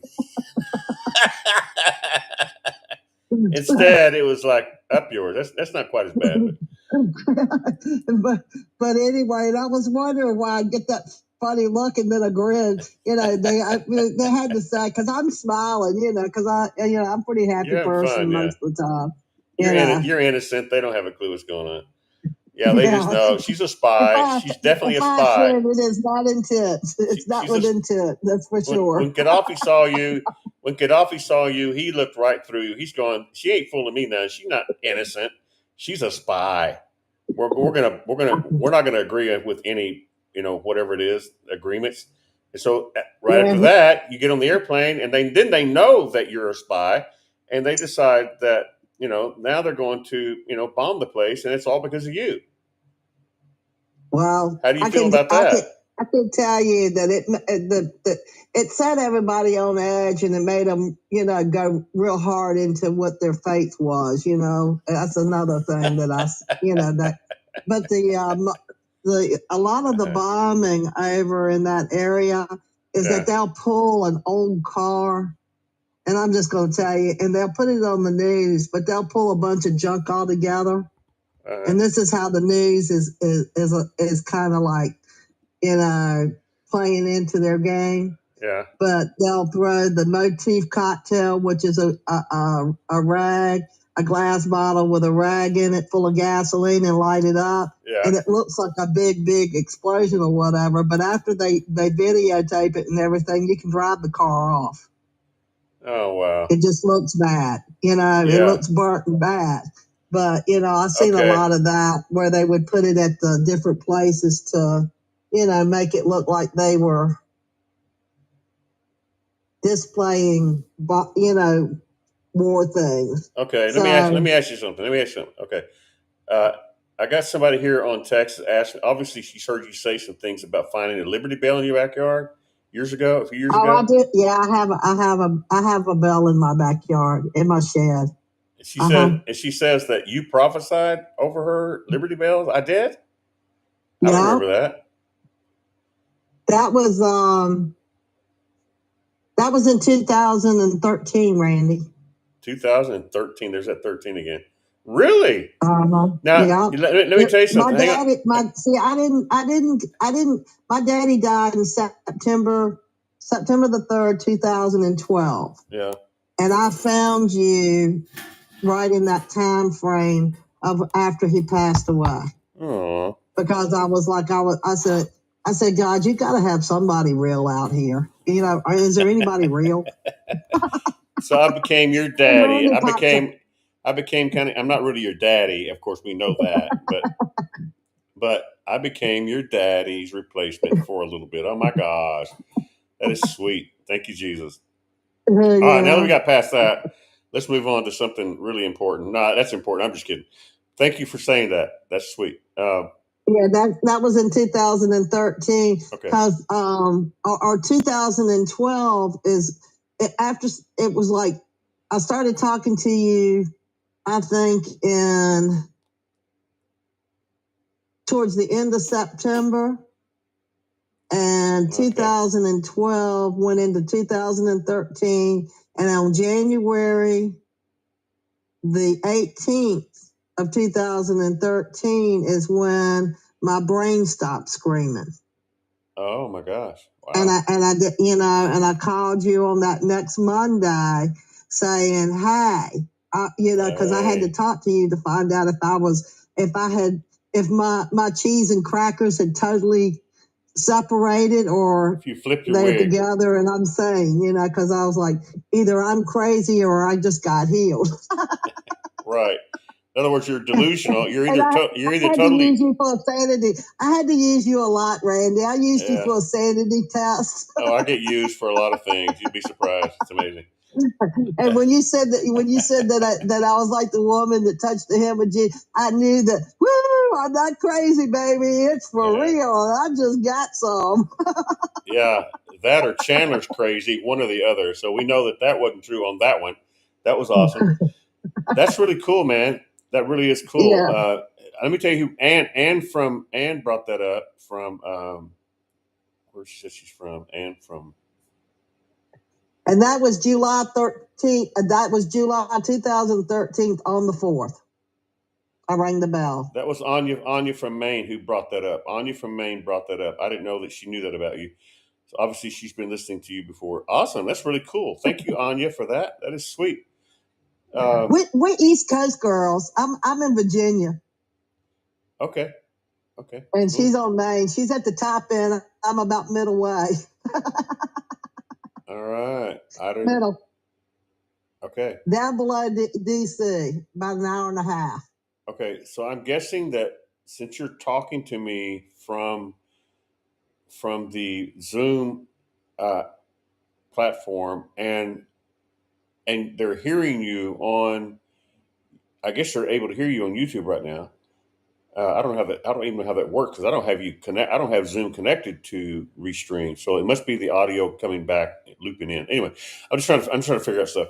So that's really cool. Yeah, you got your brain back, and you took communion, and Jesus touched you, and you called in to see if you'd you flipped your wig, lost your marbles, you know, died and gone to heaven or something.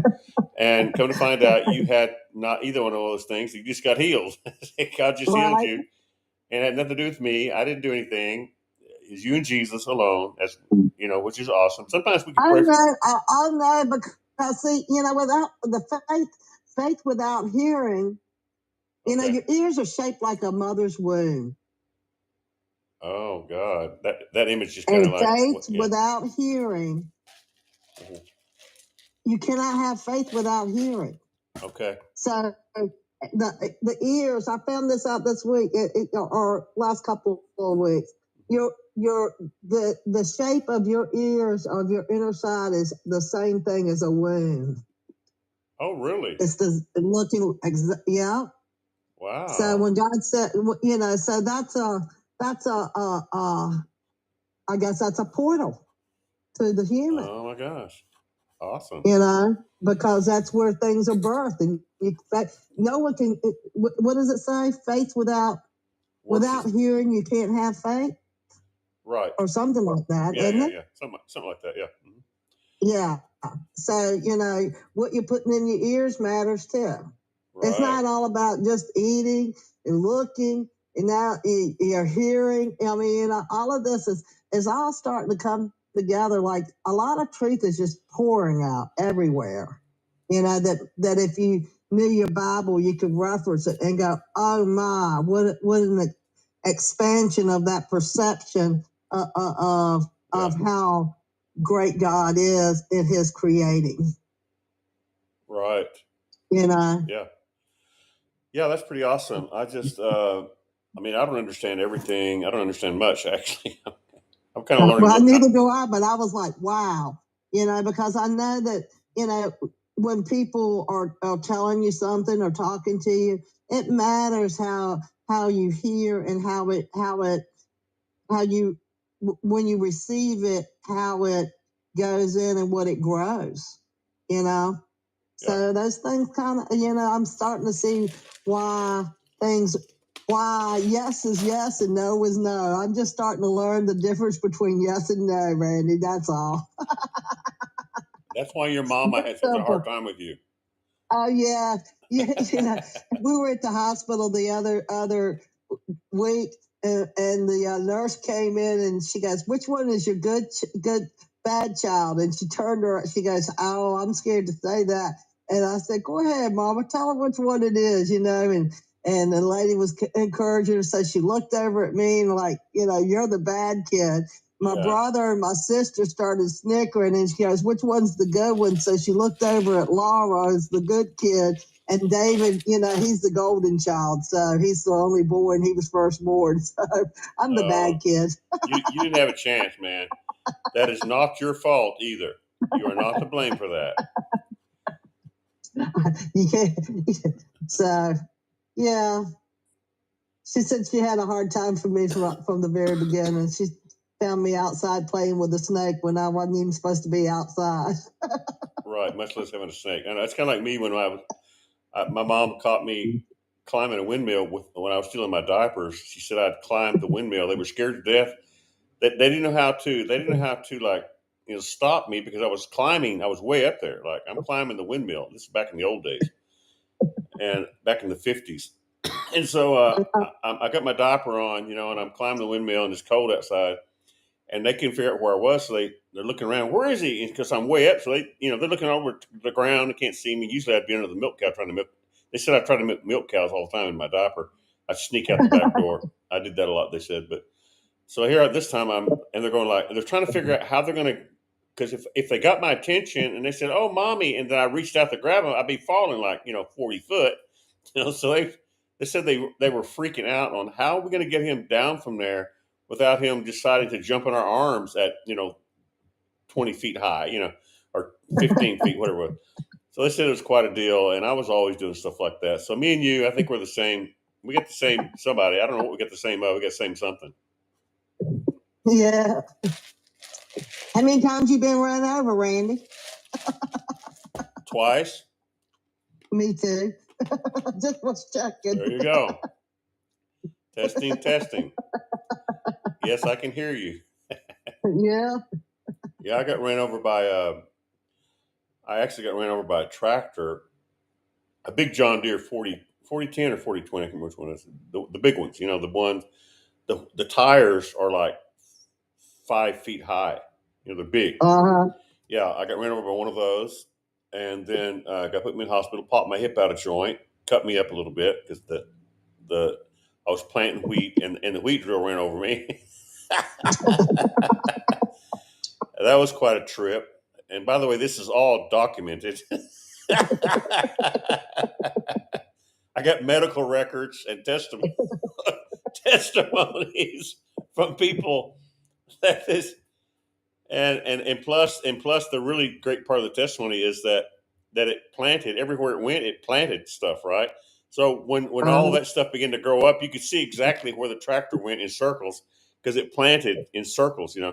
And then it went across the road into the neighbors, and it was planting in the neighbors' stuff. So I had a full testimony of documentation of all of it. And in fact, the guy who finally saw me out there because I had taken my shirt off, I'm out in the middle of nowhere, right? I'm out at the farm. You know, my dad just brought this property, and we're trying to get it going. And the guy him and his son who finally came, they couldn't figure out. They couldn't figure out what is this tractor doing going across our property?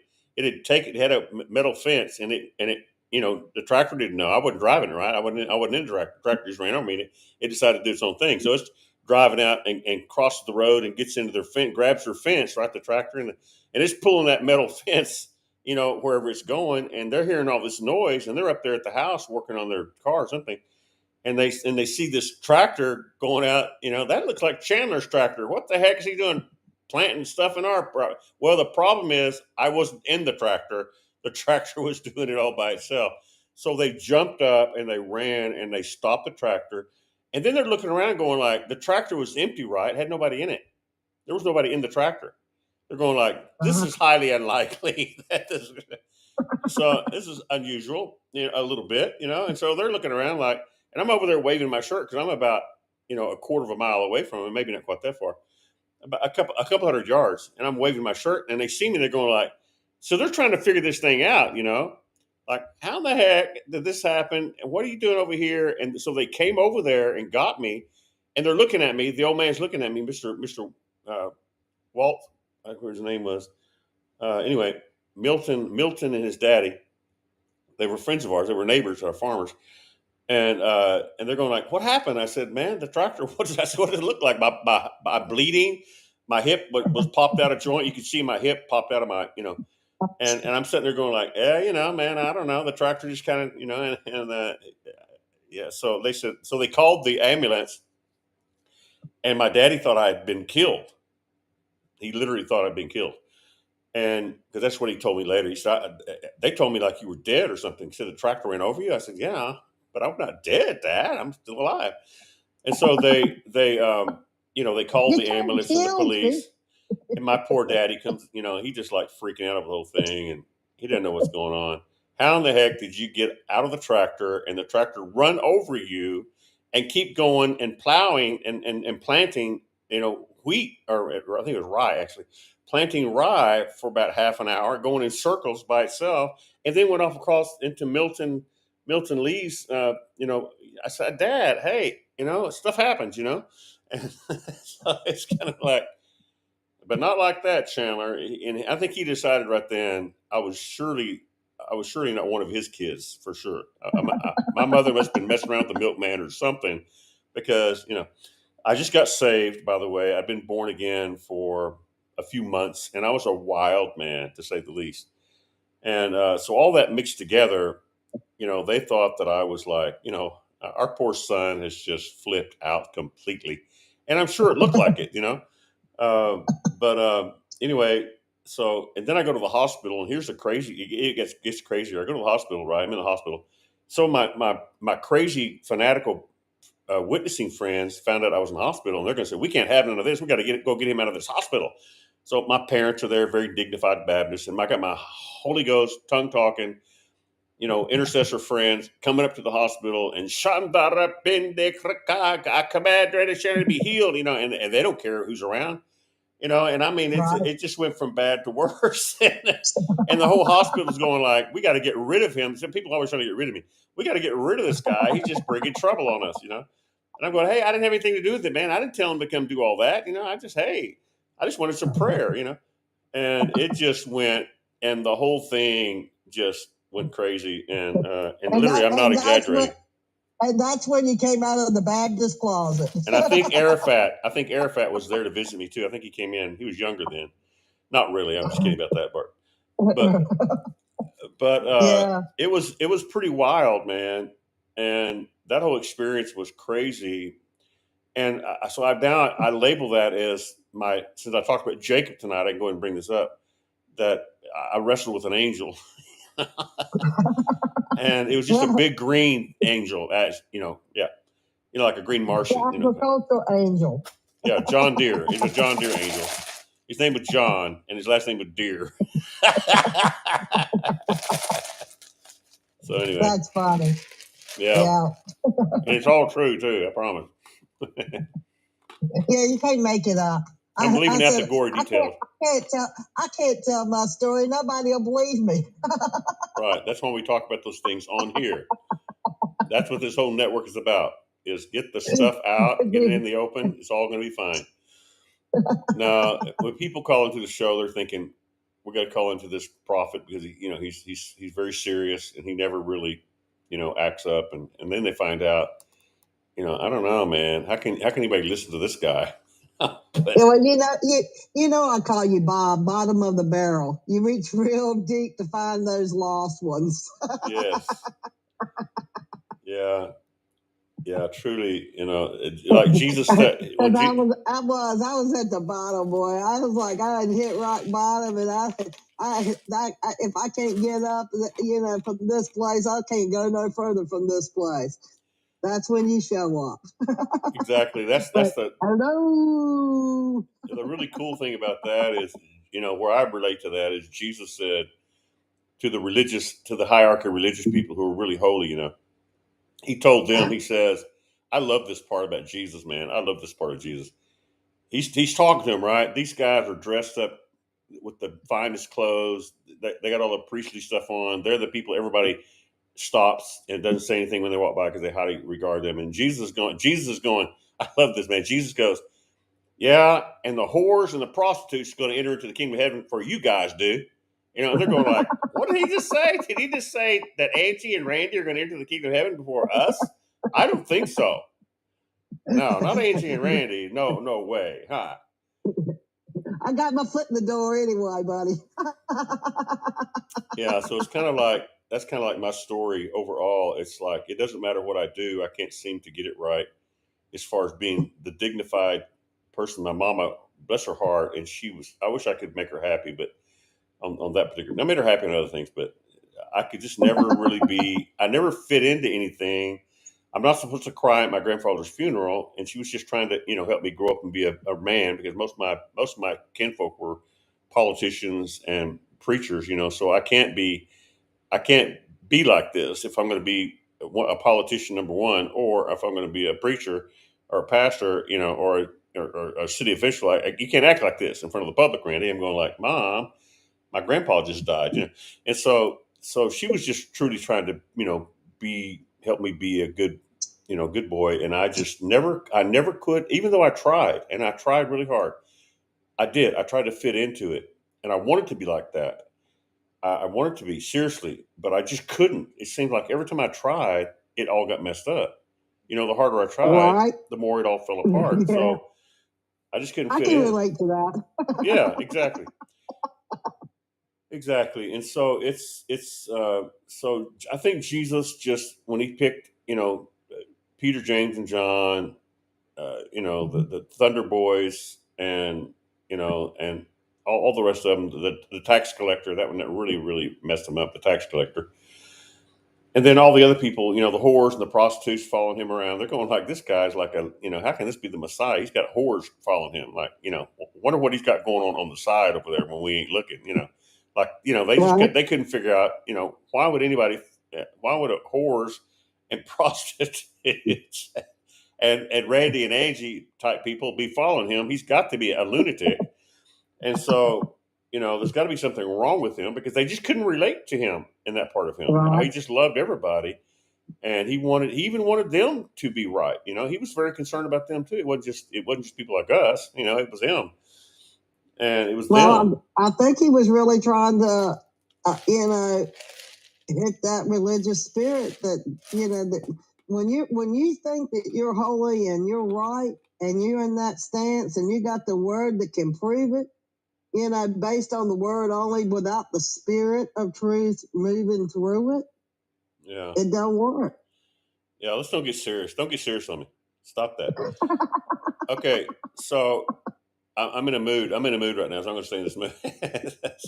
so here's what I'm thinking about. Here's where I want to go with this. Let's go. So it's like, so I can relate to Jesus like that, just like some of the people listening tonight can relate. The part of Jesus that I love so much, that's much like myself, is that every time I tried to be like they, I think they meant well, wanted me to be a certain way, and I would try to be that way. And so it's kind of like Jesus. Jesus was the same way. They kept, Peter said, Lord, you can't die. You're the Messiah, man. The Messiah's not going to die on no ugly cross, cursed cross. You're not going there, man. Come on, wake up, boy.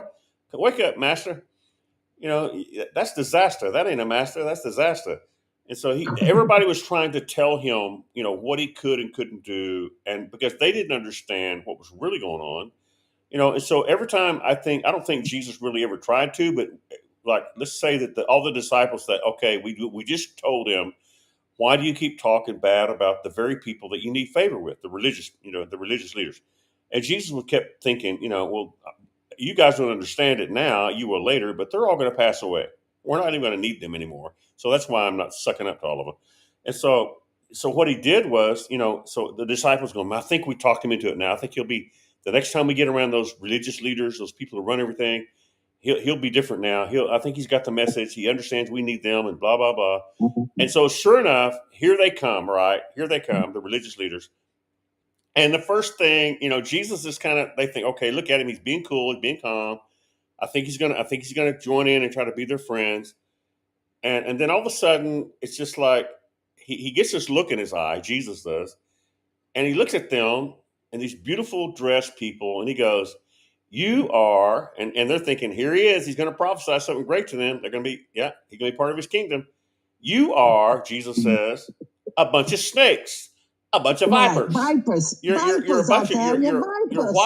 whited sepulchres full of dead men's bones, and the disciples are going like, "Oh my God, oh dear God, when is he ever going to get it right? I don't know. We're not going to be the religion. We're not going to be sitting at the right hand of anybody because Jesus is going to get himself killed talking to these boys. He don't know who he's talking to. These guys are strong. They're powerful. And so every time he tried to, they thought they had him convinced to be nice and cordial. He would just like turn into this thing of getting a whip, and like when he got the whip, they're thinking, oh, he's going to go to the temple now, and I think this whip he's got, he's probably going to get in front of all the worship leaders and chastise himself for being such a bad boy, for calling them snakes and vipers, and he's going to whip himself with the whip, right? And repent, Right. and like hit himself and putting my flesh under subjection. But no, he doesn't do that. They're thinking, oh boy, here we go. He's going to straighten himself out. He'll whip himself and make himself look like, I messed up. Sorry, brothers. Please receive me back. But no, you know what he does? He gets a whip, starts hollering, starts hollering, and turning over tables, telling these people, you're in my daddy's house and you're making it you're a bunch of thieves. And they're going like, there he goes again. Oh, well, I think we can forget all this stuff. So that's kind of what's happened with me in a lot of ways. I think you can relate. I think a lot of people can relate to this. You know, I just every time I try to straighten out and fly right, like some people want me to do, bless her heart, including from my mama to some PGN people, who really Right. like me and really want me to do well. Chandler, you got to quit prophesying doom to Daystar Network. You got to quit saying Marcus and Joni Lamb are going to be judged by God as an Ahab and a Jezebel. You can't keep doing that and then talking about the merchandising thing. You can't keep getting your whip out and talking about merchandising because it just ain't going to fly. They're multimillionaires, they're billionaires, as a matter of fact. And then the merchandising thing, how else are they going to make money if they don't do that? So they're never going to quit.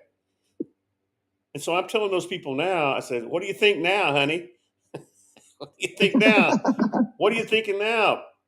Right now, that not just me calling them Jezebel, we got the whole social media, Christian media, calling her a Jezebel. So I'm not doing it. They're doing it. So I don't know. Right. Something's up. Well, it's not. It's nice to have confirmation that you don't feel like you're losing it, huh? Well, I didn't say that. Well, I'm sorry it created pain in a place that's painful to be in, but at least I'm not crazy. Yeah, Look at yeah. the high note on that. That'll fly for about another week, and then after that, they'll be back at it again. But at least we'll get some relief, a few weeks of relief until something else changes, and then they'll go like, oh yeah, he missed that again. Okay, good. So it's just part of the job. When I signed up, I didn't read the small lettering. I missed out on all that stuff like a dummy. Like when I signed stuff, I just said, oh yeah, I trust everybody. Oh, this is a good thing, Randy. Get into it. Okay, I'm signing my name on there. Didn't even read the fine print, right? Well, hey, guess what? Now I'm not just reading the fine print. I am the fine print.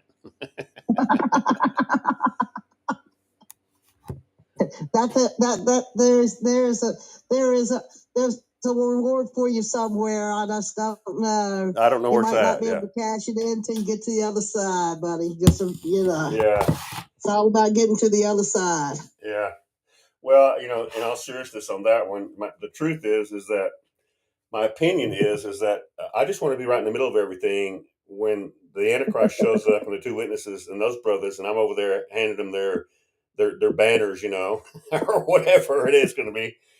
And then and all my buddies are going to be going like, isn't that Chandler standing over there by the temple? Isn't that the Antichrist? Is that they call him Rothschild or something like that? Isn't that the Antichrist? And then Chandler standing right there like he's arguing with him.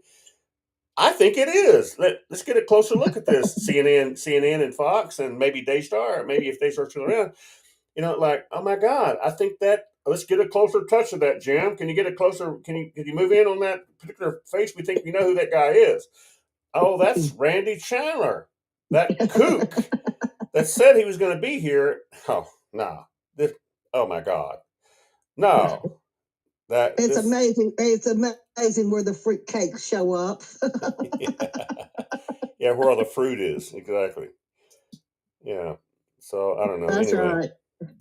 I guess tonight, Tuesday night is fun night. Seems like every Tuesday, some Tuesday nights, I just kind of lose it and go off into whatever. But I'll get over it.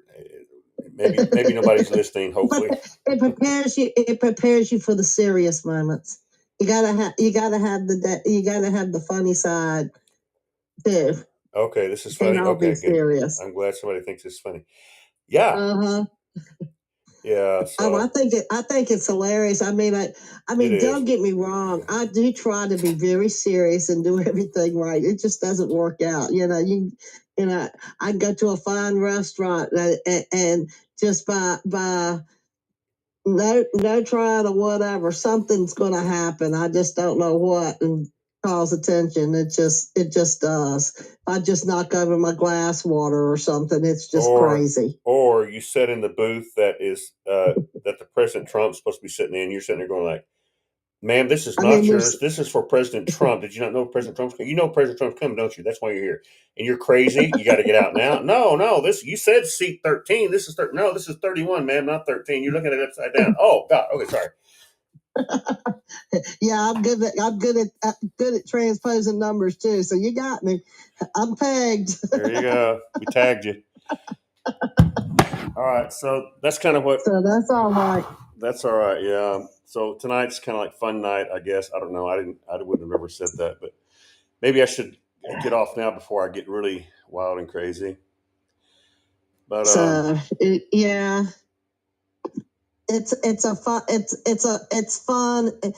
it's fun once you get past the serious part and you look backwards. Goodness and mercy shall follow you all the days of your life, but it doesn't call where you step in goodness and mercy. yeah, So yeah, it's not. With me, it's not. maybe it's only when you look back and God's covered up all your mess. Oh God, I have a sweep. God has assigned to me a sweep up crew that just lives with me. They live here now. Cleanup crew. The whole cleanup crew. They live with me, and they got some of the biggest Holy Ghost angel vacuum cleaners you have ever seen. And man, can they really suck some stuff up? It's amazing to watch. Yeah. Uh huh. Like they're working right now. And then crooked places tightened up. Yeah, they're Isn't working. that nice? They're working right now on this show right now. They're just like going, Chandler, man, we might have to call in some more troops to clean up this one. I'm going, yeah, whatever. Whatever. It's an exciting life. It's a life. It's life filled with life. Yeah. I said, you guys, settle down a little bit. Jesus loves me. What else? Why do I care? What do you want me to change for? Why can't I just be me? You know what I'm saying? And they always go like, yeah, I know. Your mama tried to straighten me out, but when your mama is as good as a woman she was, we gave her to you as a mama, and you didn't really listen to her that much. So now we know you're not going to listen to us for sure. So I guess we'll just kind of like, if Jesus likes you, I guess we're just going to have to like you too. I'm going, yeah, that's what I'm trying to say. I told someone today. Oh, they said I didn't look my age, and I laughed and I said, oh. I said, I've been places where the angels wouldn't go with me. I had to call. I said, Jesus himself had to show up. Are you kidding me? Yeah, that's a good one. I have to remember that one. I may steal that one from you. You can have it. You can have it. Thank you. Thank you. It's appropriate. At least you're not trying to sell it to me. That's good. Yeah, it's not for sale. Okay, thank God. All right, y'all. This has been fun tonight, but anybody else want to talk with me here while I got Ange on? We can all talk together or something, or anybody got anything want to say anything?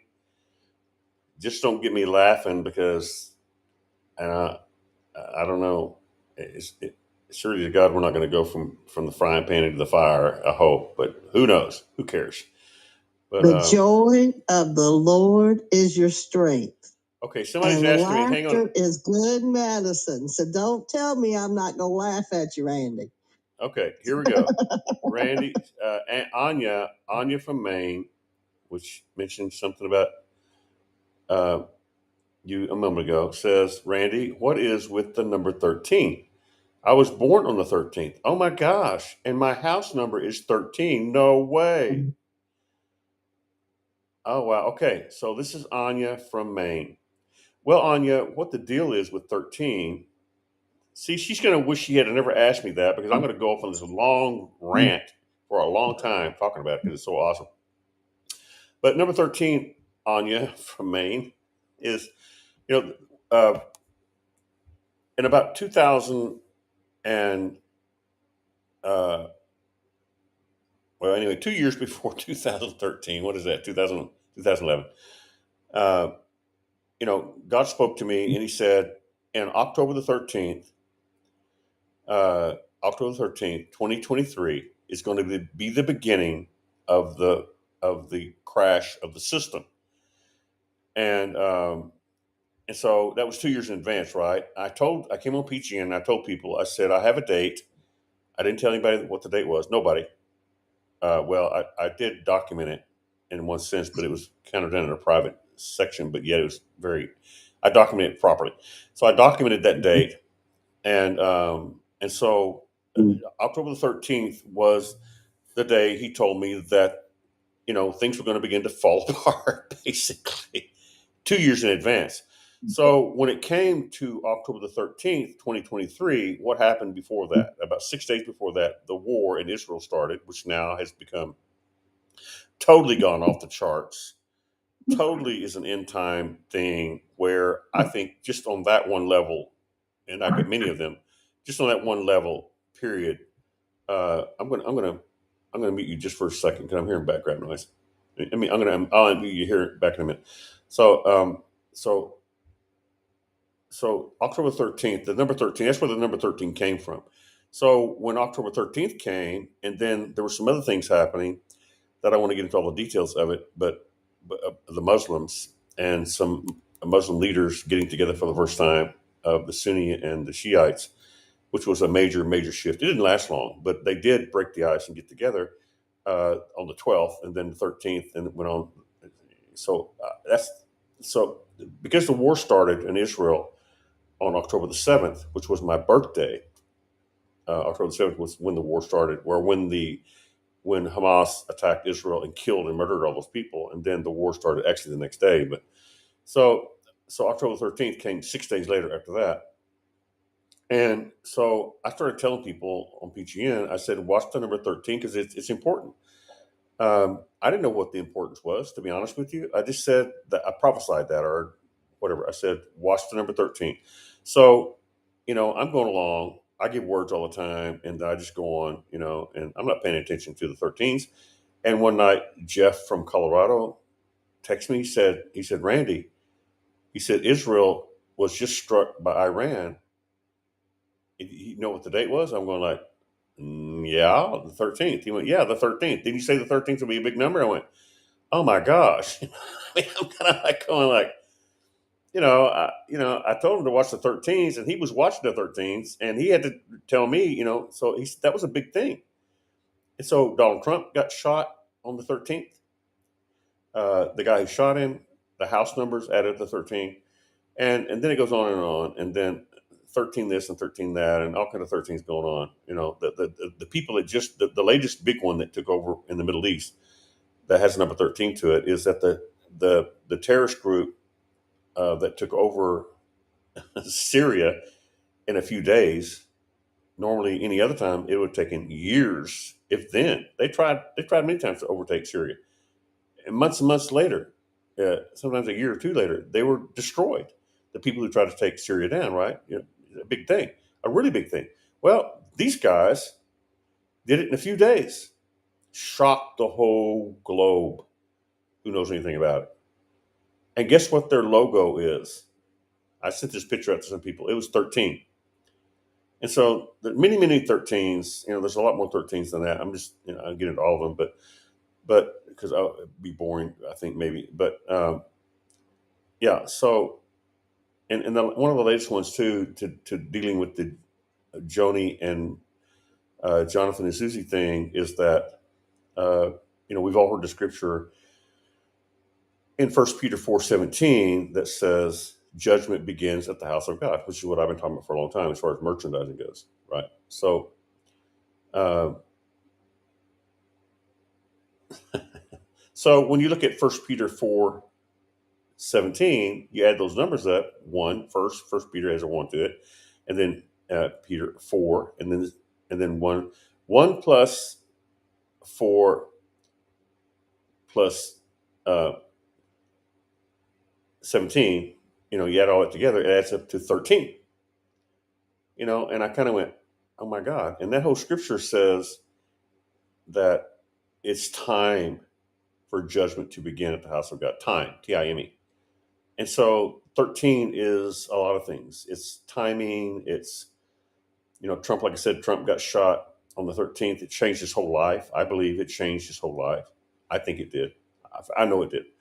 And, he changed after that. He became a different person.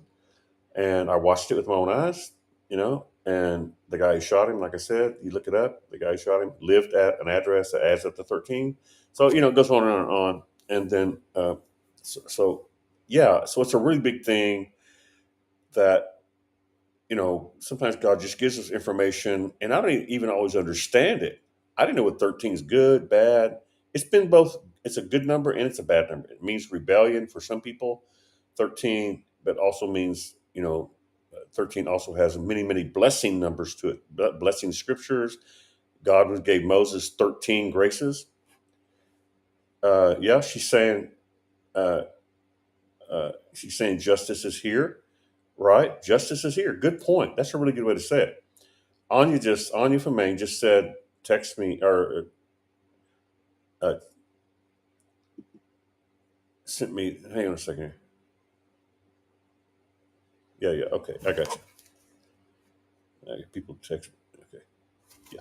All right. So Anya just sent me a chat here on and said justice is here. 13 means justice here. That's a good point. I hadn't thought about that.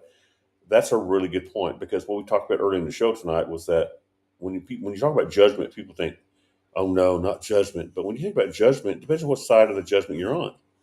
If you're on the side of the judgment that goes, the judge goes, "You're set free," uh, and the other guy who judge decides the bad guy, he goes, "You're going down." I mean, it depends on what side of judgment you're on, right? If you're on the good side of judgment, if you're on the good side of the Lord, the plagues are going to hit the people in Egypt. They hit the Egyptians. They didn't hit the good people, the godly people, the Hebrews.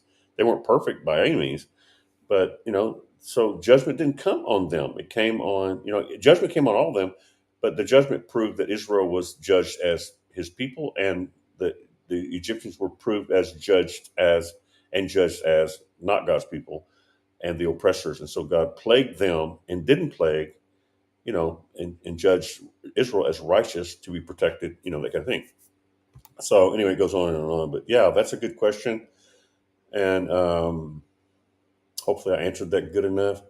She says, "What is with the number 13? I was born on the 13th, which is amazing. And my house number is 13. Wow. You mean your house number adds up to 13 or it's actually 13?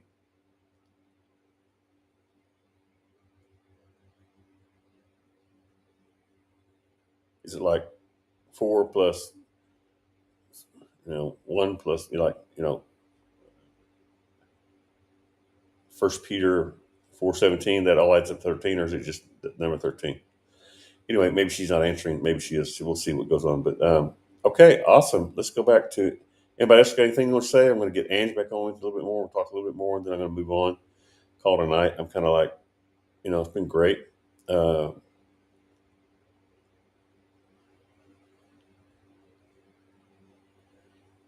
um,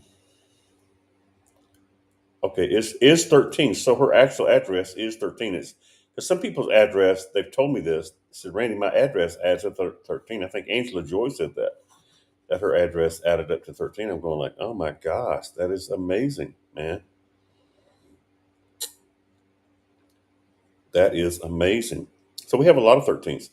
I know Daryl Paul said he was born on the 13th. Uh, I think Nicole said her name adds up to 13. My name adds up to 13. Randy Chandler, right, adds up to 13. Also, uh, there's a lot of 13. I can name 13s for a long time. One of the, like merchandising is 13 letters, has 13, letters. And merchandising starts with the M, right? The letter M. And M is the 13th letter of the alphabet.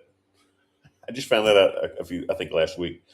So there's a lot of cool things going on with all this 13 stuff. So yeah, when you start looking for 13s, they're everywhere as far as amazing events. And I do not understand all of it, but it is really amazing.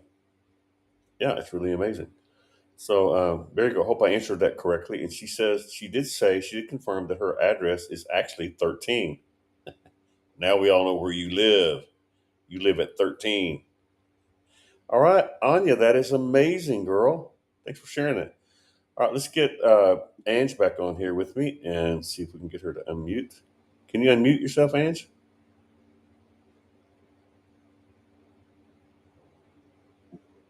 How's that? There you Can you go. hear me?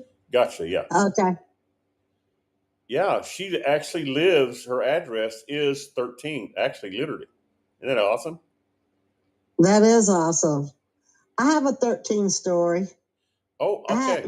Mike when he had a brain aneurysm, and he had two back surgeries, and I don't know. I feel like we were I don't know. We had just weird moments, but anyway, Mike had an aneurysm. It was May of 1996, and it was 6 months right after the second back surgery. And we were believing God for the back healing and all, and it was like woohoo, we're almost at the finish line, right? Mike wakes me up at 5 o'clock in the morning. He's real sick, and he has a brain aneurysm. He has a headache. He says, I have a headache like I've never had before. I don't feel right. And he thanked me. He told me he loved me, appreciated everything I did. Sorry for all the bad stuff. La la la la la. And he was telling me goodbye. And so I called the ambulance and had him to, come pick him up. And I took him to the hospital. And, the doctor says that he has a brain aneurysm and it has a 5% chance of survival, Randy, right? 5%. This is the doctor, Dr. Salvin. You're looking right dead at, and the kids and his mom and everybody's in there. And I said, well, 5% is better than 9%. I had a lawyer tell me, so, well, don't sign any of the medical things so they can't keep hitting you with the medical bills, right? Well, Mike wasn't capable of signing, so I had a bad attitude. Here we got low odds. You're making me sign for a brain surgery here. Yeah. And I'm upset.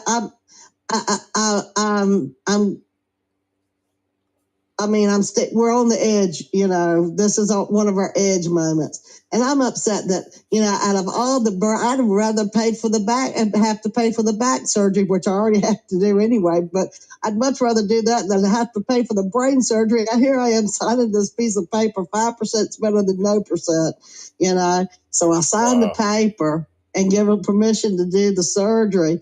And, I call, one of my preacher friends called me and I said, well, please. I said, I've had so many thus saith the Lord. Don't send no thus saith the Lord people down here. I just can't take it right now. I said, all the promises, everything that was spoken. I said, I'm having a moment. So, don't send any of them thus saith the Lord people. Y'all just pray for me, but don't talk to me. Don't talk to me. Right. And I know that sounds horrible, but don't talk to me.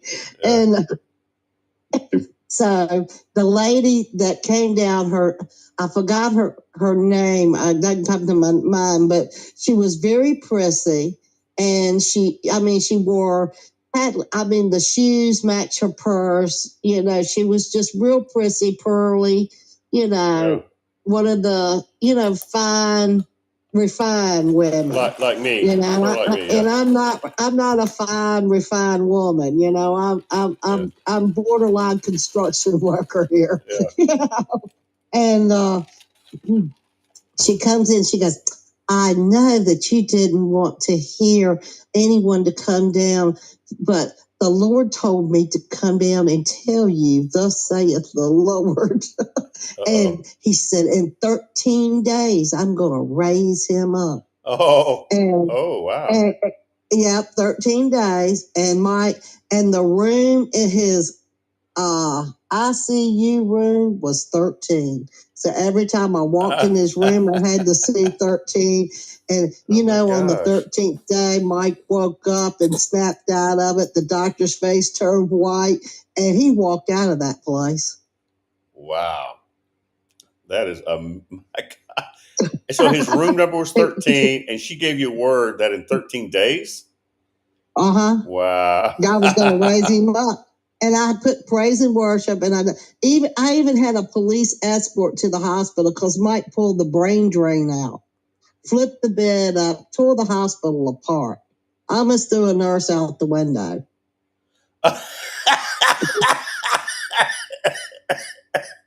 Oh my God. I mean, that is not funny at all. That is sad. but it is hilarious. It isn't funny. It isn't funny. And Randy, I sat at the end of his bed, and they brought in the police, brought in those leather straps, strapped him down, boy. And all he was doing would be jerking and flailing, and and I'd say, Mike. I said, if you'll lay down and just be still, calm down. I said, I almost had it. Now I've got to start all over. I can't break you loose if you don't be still. so we we played trying to get away for days. Wow. But on the 13th day, they were doing a Doppler test, and his brain stopped screaming. My and it was not gosh. because everything the doctors did, Mike undid it. Right. He pulled the drain, and it let the pressure just go up, exploding, And the doctor says, I don't give him enough medicine to put down 5 men, My He gosh. couldn't understand, and Mike was tearing the place apart. Wow. The police stayed there too. We had guards on top of guards, and I put praise and worship without any words, just nice hymnal music, and I said, don't touch that. And I stood at the door and I said, God, if you want Mike, you can take him home, but the spirit of death is not allowed in this room. And it's the people beside us died. The people at the end of the hall died. The other people died. There was a lot of people died, but it didn't come in that room. Yeah, because the death is going like, we can't handle this boy. He's liable to tear us apart. No. Right. Yeah. So Mike walked out. In fact, he escaped because when the doctor said, I can't discharge you from ICU home, you'll have to spend the night in another room and you can go home. His face turned white. He couldn't even talk. He told me Friday before he left, he says, you need to make arrangements. You need to get in touch with reality. And I said, no, I think I see Mike. And Yeah. and he says, I'm telling you that it's not possible. And Monday morning the doctor comes in and Mike's going home. That's all I know. Wow. So, Wow. and it was 13 on 13. So 13. So there's something about the number. So 13. That's when I called him agent number 13. 0013 is what I called him. Wow. So number 13. Instead of 007, he was 0013. Yeah, number 13 saved the day, man. That's amazing. Wow. So, yeah. Yeah, so there you go. And Anya, I mean, there's another one. Got another 13. Yeah. Wow. So, yeah, that's my number 13 story. That's a good one, man. Wow. So, anybody else out there got 13 stories, you can text it to me or let me know. And we'll start getting these things together. And I don't know. I mean, I just, I gave the word 13 and I just kind of, honestly forgot about it until Jeff told me, what day did, what day they did it, right? They bombed Israel. I'm going like, 13th. They're going like, yeah, the 13th. I went, oh my gosh. Yeah. So it just shows you that even though I got it, I'm just like prophesying. I said it, and I said it several times. But, I mean, it's one thing to give a word. It's a whole other thing to see it in every area that it's happening. Because number 13 started happening in so many different areas. Now I look for 13 in everything. If I wake up at 1:13, I'm going like, oh my God, something awesome is going to happen. If I go to sleep at, whatever. Or, so yeah. When I send a text out. God, I mean, things are mathematical. They come together in certain numbers. 13, in 13, a prime number, nothing goes into it. I don't know. How am I supposed to know anything about 13? I just give the words, girl. I don't know nothing about them. I think it's a number, nothing goes into it, and they call it a prime number. I forgot a lot of my math. I really didn't go to school that much. I'd check in and run out the back door, but that's beside the point. Yeah, so you mean nothing goes into it? Because we're kind of playing. I'm not playing. I really don't know about that, but so nothing goes into it. You mean like dividing it or something, or right? Okay, right. gotcha. Yeah, one of those numbers. It's a number that you can't. divide? I got you. I don't know. Somebody will have to tell us. Makes sense to me. I can kind of see that. I had to stop and try to figure that out, but interesting. That would be interesting to find out more about that and see what all that means. Somebody might research it if you get time or want to, or maybe I will. I've just been amazed when I saw that the last word I gave, not the last word I gave, but one of the last situations that I was looking up was judgment beginning at the house of God, 1 Peter 4:17. And when I saw that, I'm getting a lot of background noise. I'm getting background noise. So I'm going to mute you just for a second. Uh, so, uh, so I'm just kind of like going, man, even judgment starts at the house of God has 13 numbers in it. Like, wow. In fact, Anya from Maine says 1 plus 3 equals 4. It's a secret God's number. Now, I've never heard, I don't even know what that means. That sounds awesome, but I don't have a clue what that means, Anya. I'm gonna put that up there so the whole world can see it, or whoever, 5 people can see it, maybe 20. Um, so, what does that mean? 1 plus 3 equals 4. It's a secret God's number. What does that mean? I do not have a clue what that means. There's no 13 in there. Well, 1 plus 3, one. You could add. See, I can really do 13 things a lot now that my brain is becoming more 13ish. So you could go 1 plus 3 because that's what Anya says. 1 plus 3 equals 4. It's a secret God's number. So you could go 4 means foundation and order. Okay, but you could go once she's doing that. You could go 1 plus 3 equals 4. You could go three times 4 is 12, and then 1 is 13. Hey, see how you can just make a 13 out of something? I just did it. 1 plus 3 equals 4. That's what she has written down here. And so I'm taking the 3 equals 4 thing. 3 times 4 is 12. And then plus 1 is 13. So I think God might be cool now that he's got 13 as one of his secret numbers that I just helped him with. Duh, not really. All right, 4 means foundation and order. Okay, so you're saying that one in three, like Father, Son, Holy Spirit, or something? Well, I mean, can you be more specific? That's pretty cool, but yeah, I'm kind of slow, so you have to like help me out with that one.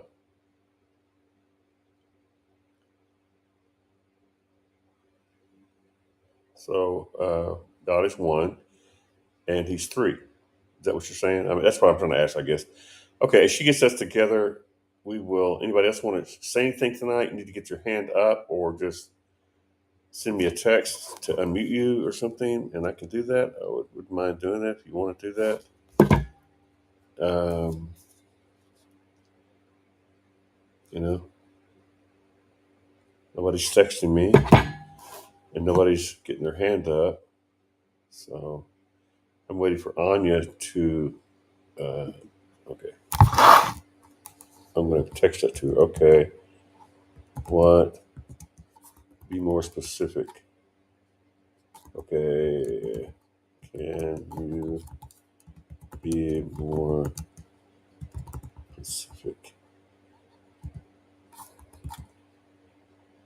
Specific. Gotta learn how to spell specific. Here we go.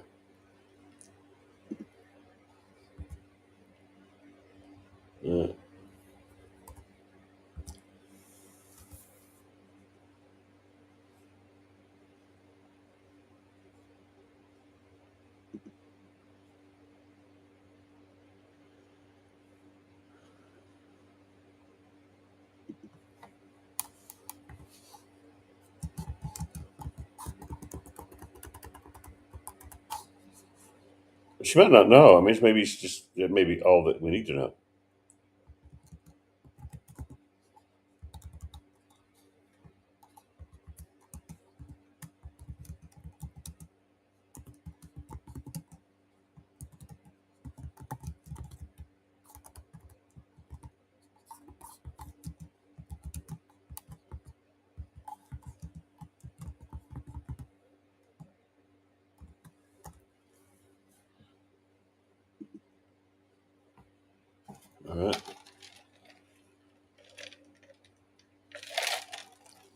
Forgive me for crunching ice tonight. I like to eat ice.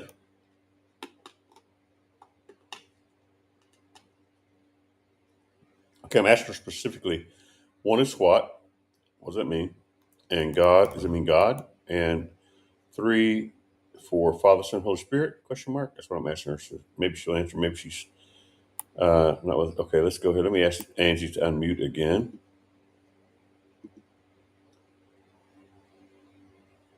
There we go. Well, I was looking up what the number 4 means, a Uh-huh. spiritual meaning, Yeah. which I don't know what it says. It's a symbol of stability, balance, and practicality in numerology. I don't know what numerology is. Spiritual, various spiritual. I don't see anything where it says Bible though. Yeah, she says 4 means foundation and order. So that's kind of the same thing, basically. Right? What'd you say it meant again? I already hit the button. Okay. Uh, it means, so 4 means foundation and order. I think he says something about the same kind of words as that. So that makes sense.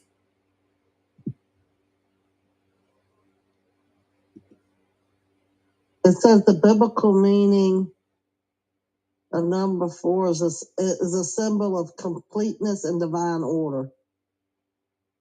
Okay, divine order. Yeah, she says order and foundation, completeness. Mm-hmm. Okay, that's pretty cool.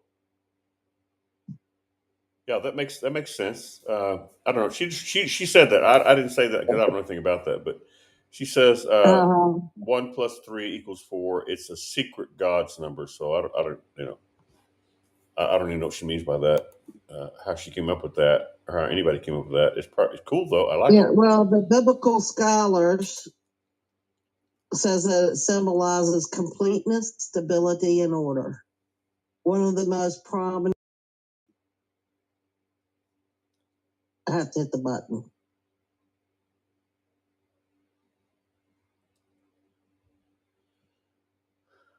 Let's see. From its representation of completeness, its connection important to biblical concepts, the number 4 plays a crucial role in biblical context, spiritually and symbolic meaning with scripture.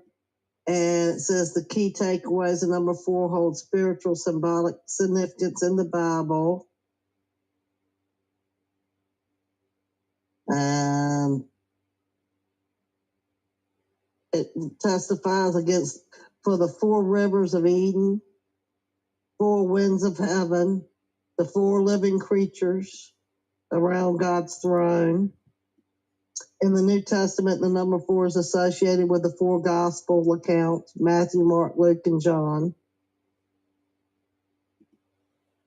There, and in Revelation, where 4 horsemen and the apocalypse represents various destructive forces unleashed upon the earth. Okay. And it is a perfect cube with 4 sides, reinforcing the number 4 association with completeness and stability. Okay. Revelations 21:16. Okay, I think I have to take a break on that one. That's really heavy. I'm going to take a little worship break. I'm going to take a music break here. So hang on a second here. We'll wash that down with some PGN music. How about that? That's Googling. I'm Googling. I know. It's really awesome. I love it. Thank you for that. I Google myself. I get some pretty heavy stuff from Google. I like Google. All right, let's do this. Which one do I want to do? Let's try this one. I think this one maybe. Jesus said to me, in the close of love, how it's seen me and watch the show from above. Angie, can you hear that? Could you hear that song? I can hear that. Very well, or is it kind of hard to hear? It was. I could understand the words. Okay, so see if you can hear this.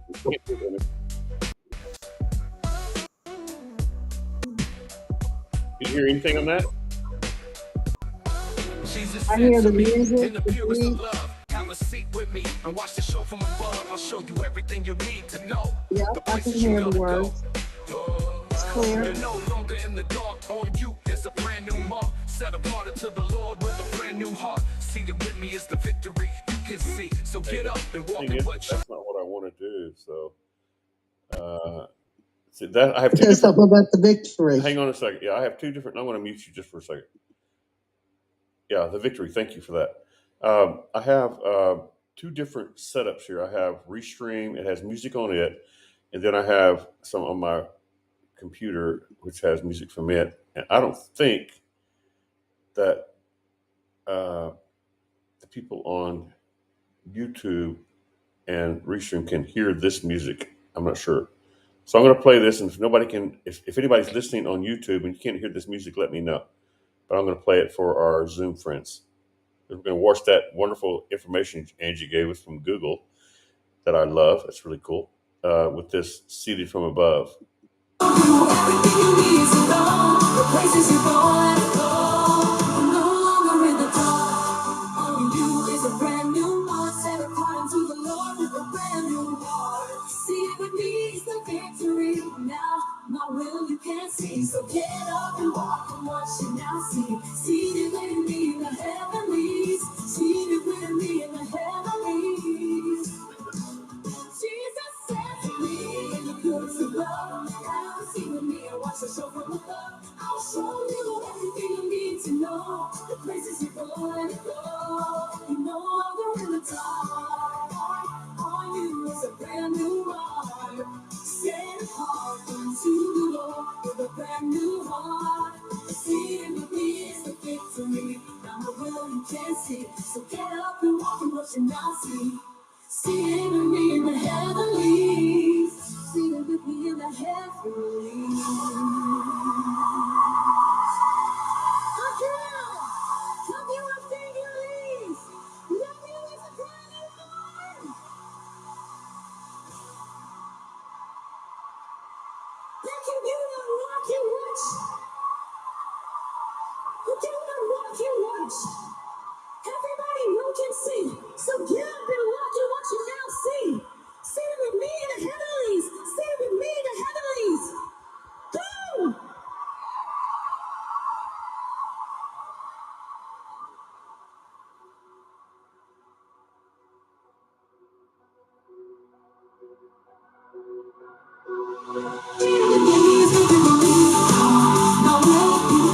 So get up and walk in what you now see. Seated with me in the heavenlies. Seated with me in the heavenlies. Seated with me in the heavenlies.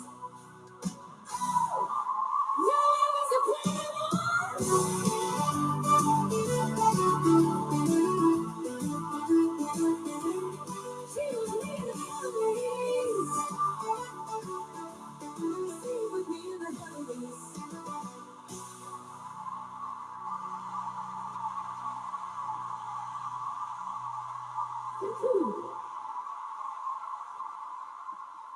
Yeah, see with me in the heavenlies. We wrote that music. We wrote the lyrics. I wrote the lyrics. Me and Jesus wrote the lyrics. I give him the credit for it, but the music comes from a whole different group of people, and they do an amazing job. Uh, this y'all heard talk about. We've taught on this thing that we're seated with Christ in many places. That's where that song came from. I took some of the scriptures and added my own little thing here and there, and seated with me in the heavenlies. And then the music that they put to that. I mean, I told them what style I wanted, and I got it in several different styles. That particular song in several different styles, but I love the way that they put that together. And there's a few of them actually that have those particular that the lyrics. Like I said, we wrote the lyrics on it, so I'm just saying the reason I'm saying that is because um, it's true, and it's really awesome how that when they put it together with the music. I mean, oh my gosh, it just brings words to life. So we have to give. I give to God the glory, but the credit goes to these people that do this or the system that they have, the AI, whatever exactly how they do it. I don't know exactly. I know they do use AI, but I don't know exactly how all that works. And man, I mean, it's like, it's amazing. It's amazing. Like, uh, you know, this one here.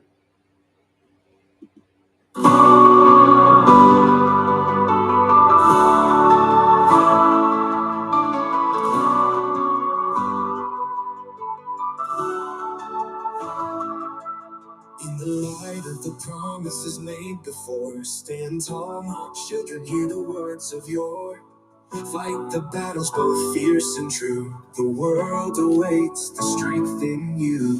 The Spirit guides, the path is clear. With faith as your armor, have no fear. Wage the warfare, my son, my child. With faith and hope, you run the mile. The victory's yours, just trust and believe. With every breath, you will achieve.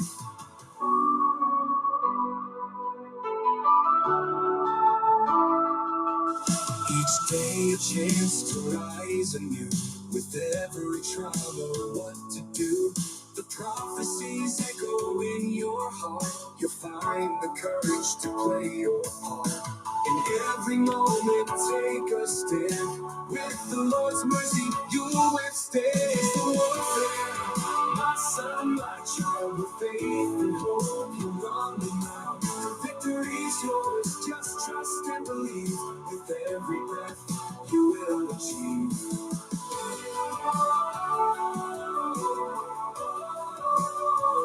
In every breath, you run the mile.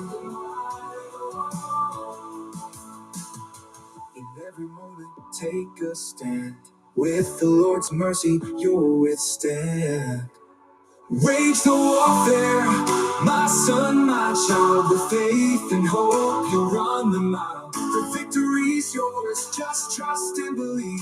With every breath, you will achieve. Each day a chance to rise anew. With every rise, a mighty storm. The prophecies echo in your heart. You find the courage to play your part. In every moment, take a stand. With the Lord's mercy, you withstand. You withstand. You withstand. You withstand. You will achieve.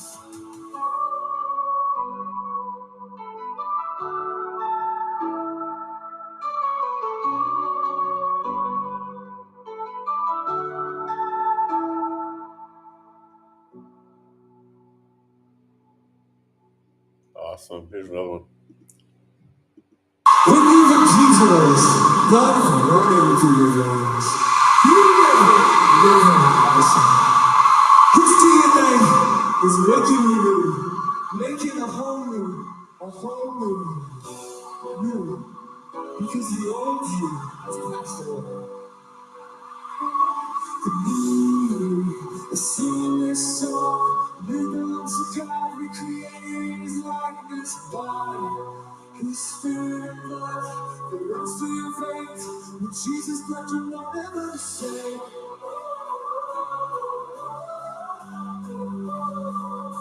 You're never the same.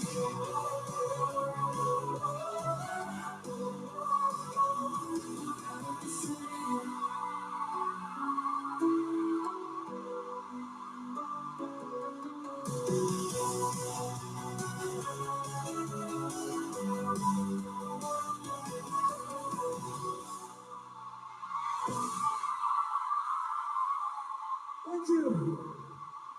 Thank you, Lord. Thank you, love you. Oh, thank you.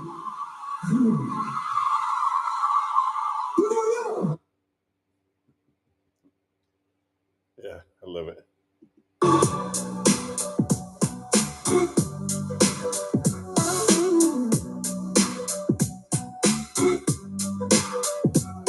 Jesus said to me, in the purest of love, have a seat with me and watch the show from above. I'll show you everything you need to know, the places you gotta go. Oh, you're no longer in the dark. On you is a brand new mark, set apart unto the Lord with a brand new heart. Seated with me is the victory you can see. So get up and walk in what you now can see. Seated with me in the heavenlies. Now my will, now my will. Oh God, not mine, but yours be done. Oh God, not my will, but your be done. You can see, so get up and go with what you know. Seated with you, Jesus, in the heavens. I can see, oh, I can see. Seated with you, you, my Jesus, seated in the heavens.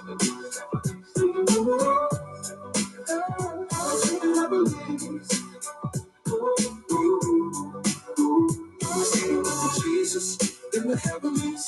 I can see I can see.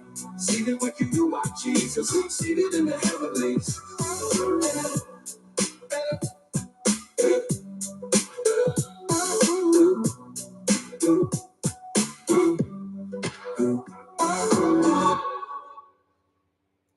And that's not all then. There's more.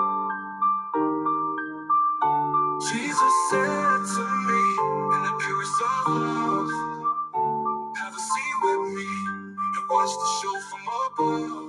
I'll show you everything you need to know. The places you're gonna go, you're no longer in the dark. On you is a brand new mark, set apart unto the Lord with a brand new heart. Seated with me is the victory you can see. So get up and walk in what you now can see. Seated with me in the heavenlies, now my will. Not my will, oh God, not mine, but yours be done. Oh God, not my will, but your be done. You can see, so get up and go with what you know. Seated with you, Jesus, in the heavenlies. I can see, I can see, I can see. Seated with you, my Jesus, seated in the heavenlies. I can see, I can see, I can see. Seated in the heavenlies, seated in the heavenlies. Oh God, now my will be done. Oh God, now my will, but your be done. You can see, so get up and go with what you know. Seated with you, Jesus, in the heavenlies. I can see, I can see. Seated with you, you're my Jesus. Seated in the heavenlies, seated in the heavenlies, seated in the heavenlies. Oh God, not my will, but you know. Oh God, not my will. Oh God, not my will, but yours be done.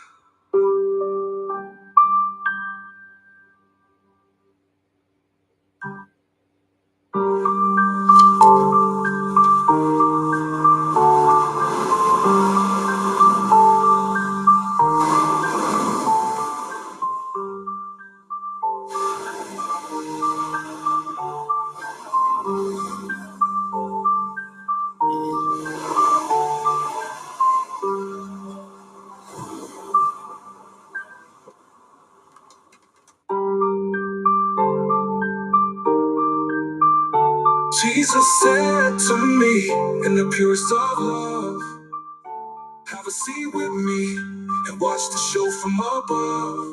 I'll show you everything you need to know. The places you're gonna go, you're no longer in the dark. On you is a brand new mark. Yeah.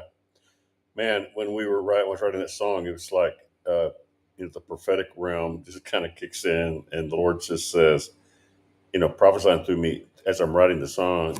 He says, say it like Jesus said to me in the purest of love, come and, sit with me and watch the show from above. When those words came out of my mouth, I just kind of went, oh my God, if these guys, which they have done, when they put the music to that, it was just mind-boggling to me personally. Maybe because I wrote it, but I give the Lord the credit and the glory for helping me write it. But it's the way they put the music in there. The music is what makes it work, man.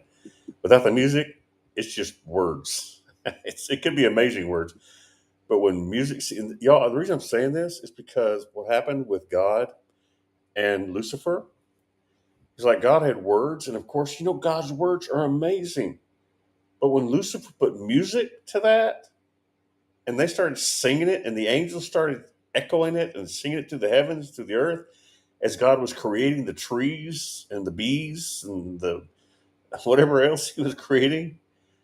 I mean, this is the experience that I've been so graced to have in watching God, give me words like prophetically. You sent me writing it down as a song, and He said to me in the purest of love, come sit with me in, from the heavens above, and I'm going to show you things.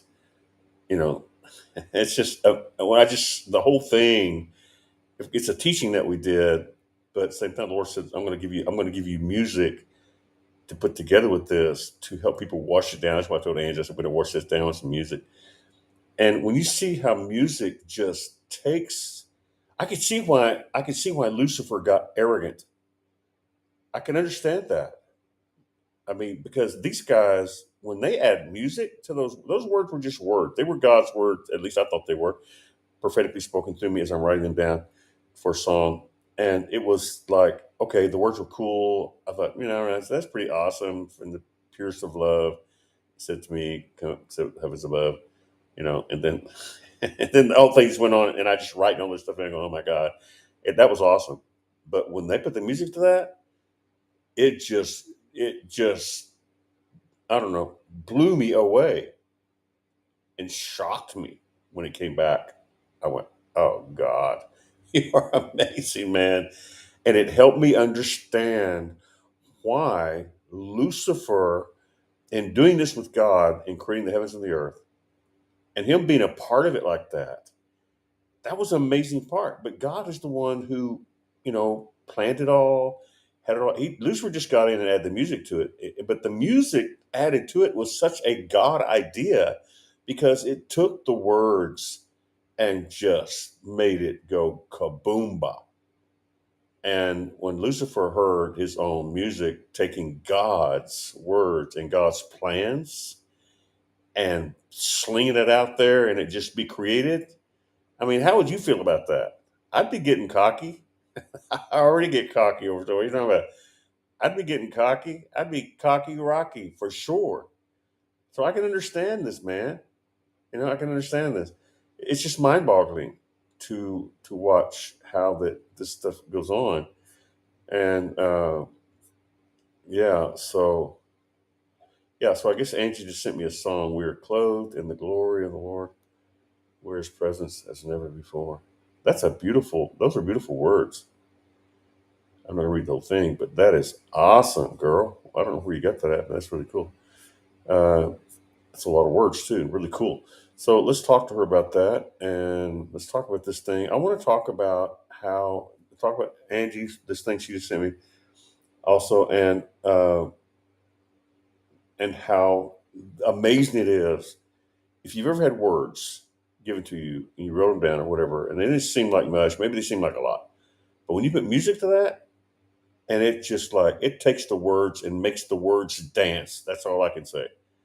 It just makes them dance. I mean, I'm talking about wild dancing, like David when David danced with the Ark of the Covenant. He just danced out of his clothes. I can just see where those words that God spoke, just it was just so amazing. The music just made the words dance out of their clothes. They didn't have any clothes left on. When Lucifer put the music in, it's like the whole thing became raw before creation and everything was made. I'm gonna write a song about that. Jesus, help me remember that information you just gave me right there. Okay, I'm gonna ask her to unmute again. I think I just did that.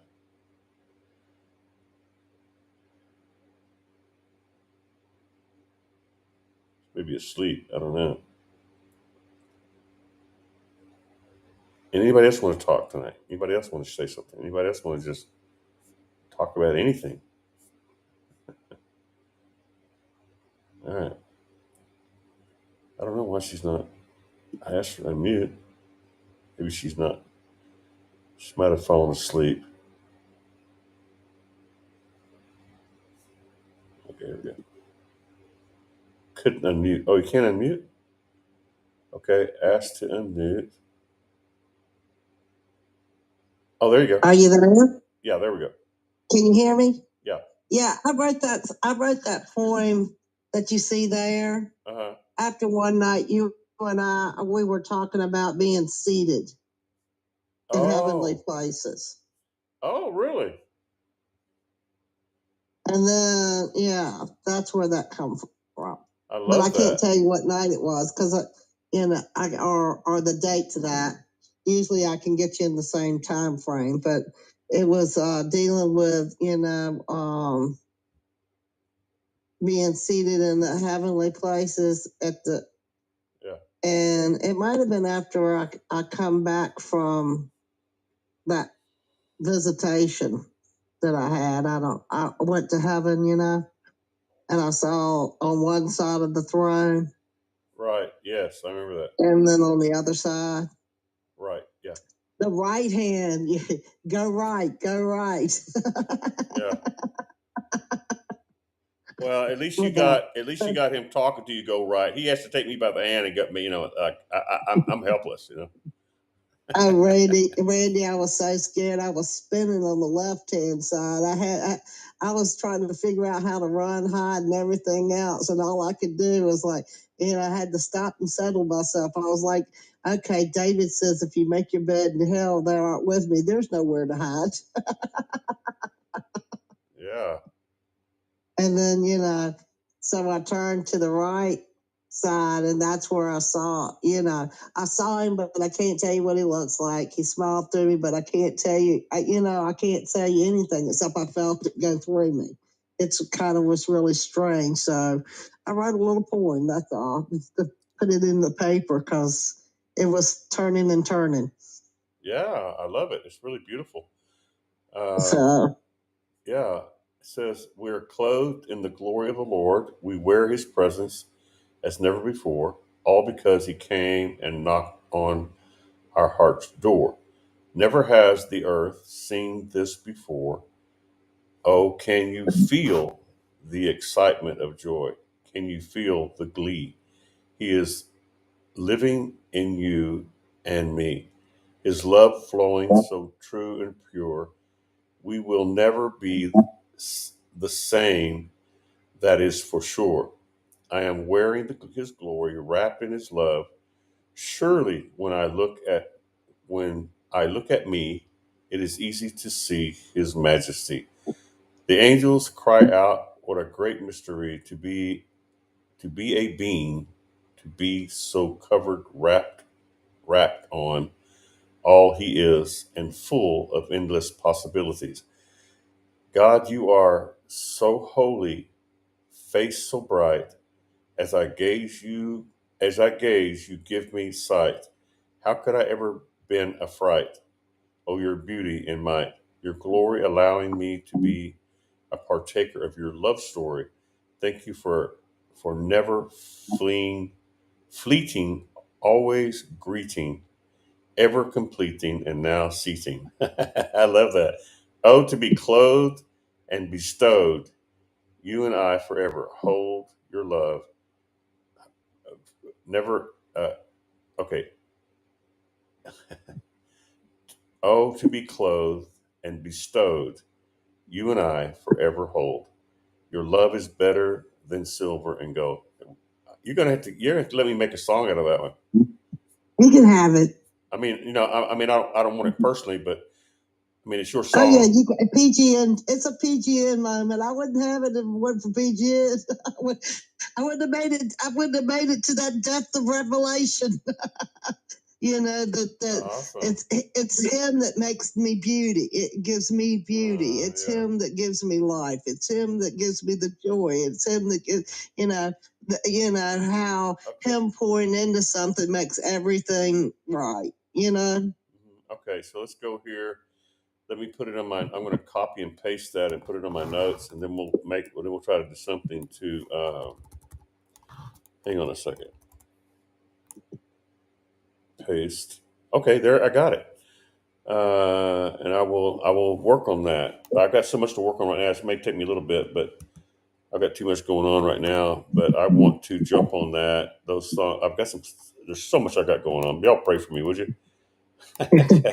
Have Oh you my got the God! And papers when the done? Angie, when Have the you got your thing paperwork done? when the thing happened with Daystar, I mean, and all this started happening, I just like spent hours going over documents and trying to get a good look at it prophetically to see what's going on. Okay, let me put on here Angie's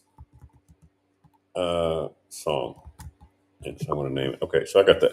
So I know how to look it up when I want to find it. Angie's song, poem song.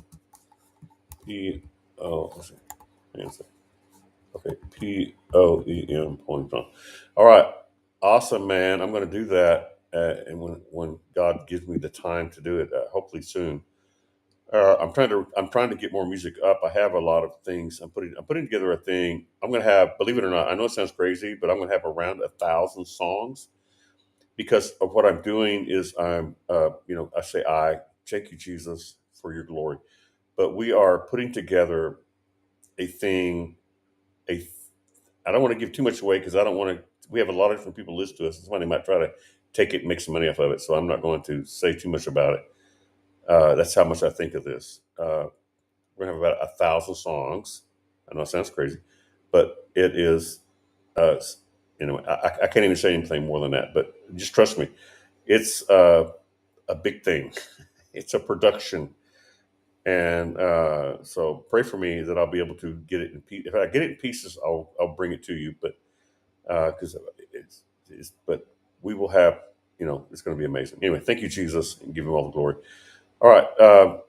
Okay. So now what? I don't know what to do next. Jesus, help me here. Um, all right. I really love that. So uh, that song you heard, uh, he said to me is that the one? Let me hang on. What does that say? Blog Talk Radio. Oh, wrong one. That's a Blog Talk Radio one. We don't want that one. Is it this one we just played?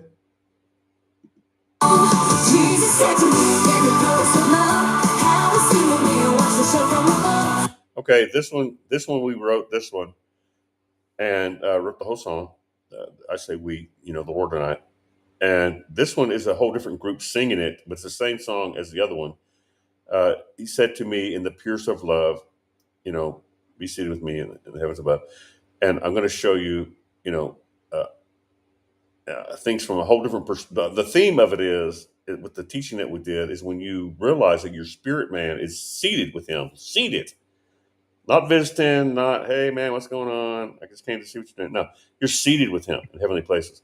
And so now, because it's part of us, our spirit man, who's still in our body, but at the same time, in the realm of positionally, is seated with Christ in heavenly places. That's where the song came from, and I've been talking about that. And then that's kind of what Angie's song is about. So I'm going to go ahead and play this again. I know it sounds whatever, but just hang on. This is the girl singing this, and because I had it done in several different versions, and I love the way she does it. Listen to this. Let me go back here and start over. This is the song that we wrote. We give God the glory. I take the credit because I let God use me. And we give God all the glory for it, of course. But anyway, there you go. Here we go. Jesus said to me, baby, close your love. How it's feeling me and watch the show from above. I'll show you everything you need to know. The places you're going to go. I'm no longer in the dark. On you is a brand new heart. Set apart to the Lord with a brand new heart. See it with me is the victory. Now, my will you can't see. So get up and walk and watch you now see. See it with me in the heavenlies. Seated with me in the heavenlies. Jesus said to me, in the goodness of love, have a seat with me and watch the show from above. I'll show you everything you need to know. The places you're going to go. You're no longer in the dark. On you is a brand new heart. Set apart unto the Lord with a brand new heart. Seated with me is the victory. Now the world you can't see. So get up and walk in what you now see. Seated with me in the heavenlies. Seated with me in the heavenlies. Come here. Come here, I'm saying you is. Love you is a brand new heart. That you don't walk you watch. You don't walk you watch. Everybody you can see. So get up and walk in what you now see. See with me in the heavenlies. See with me in the heavenlies.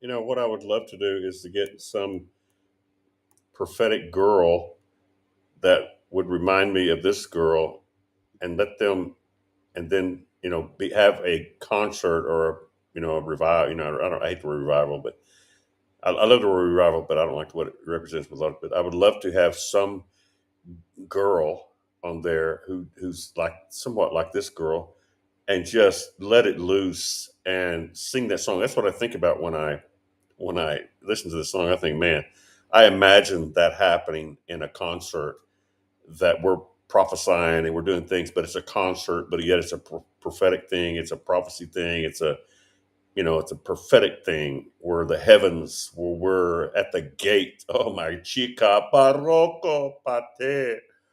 Where we're at the gate of,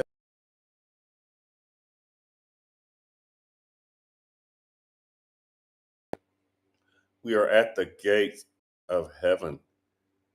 Ata nahare alohaka bachero metongo tio boche. And we got this, different guys and girls and men and women and whoever that can sing and let it rip and just take off, and don't even, like, some of the people we got, we have guys and girls on, of course, on all these songs, but sometimes we would choose, let a girl sing this one, and do it in this style of music, and let a guy do that one, and have it a concert style. And that's why you hear that cheering, because it's a concert style thing. And just let them go at it, man. Just let them be free. Don't even, like, try to be, calm and cool. Just go at it, dude. Go for it. Let it rip. And so when I listen to this stuff, that's what I think about in my head. I don't know if we're going to actually do that in Jerusalem or in Texas or in your city, or I don't know how we're going to do it.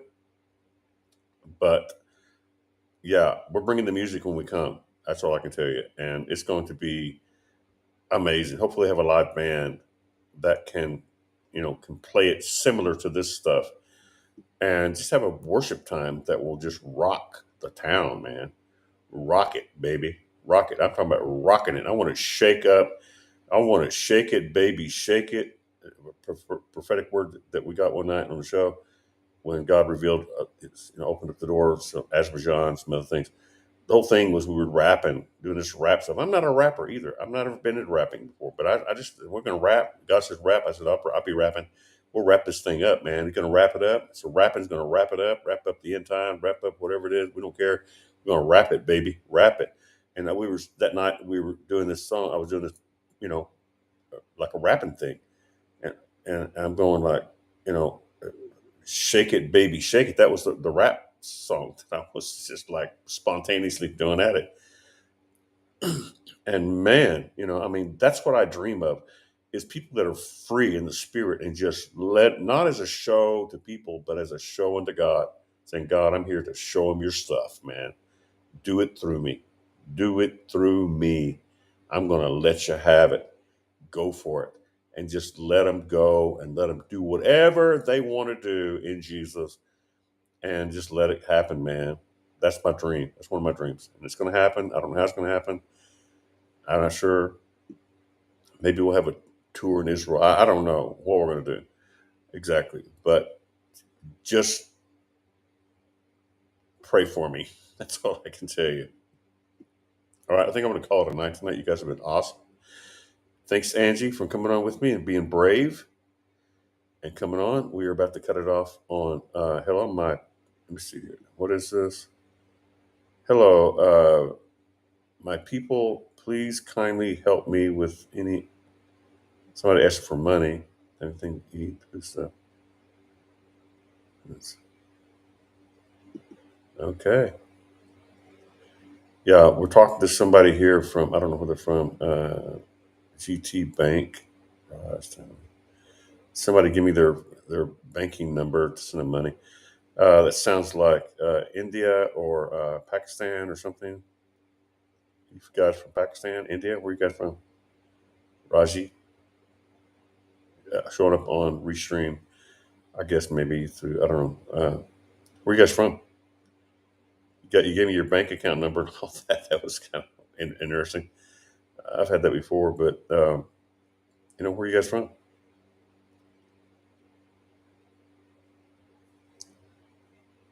All right, waiting for them to answer. I'm going to call it a night tonight, y'all. It has been awesome. I've had all kinds of people,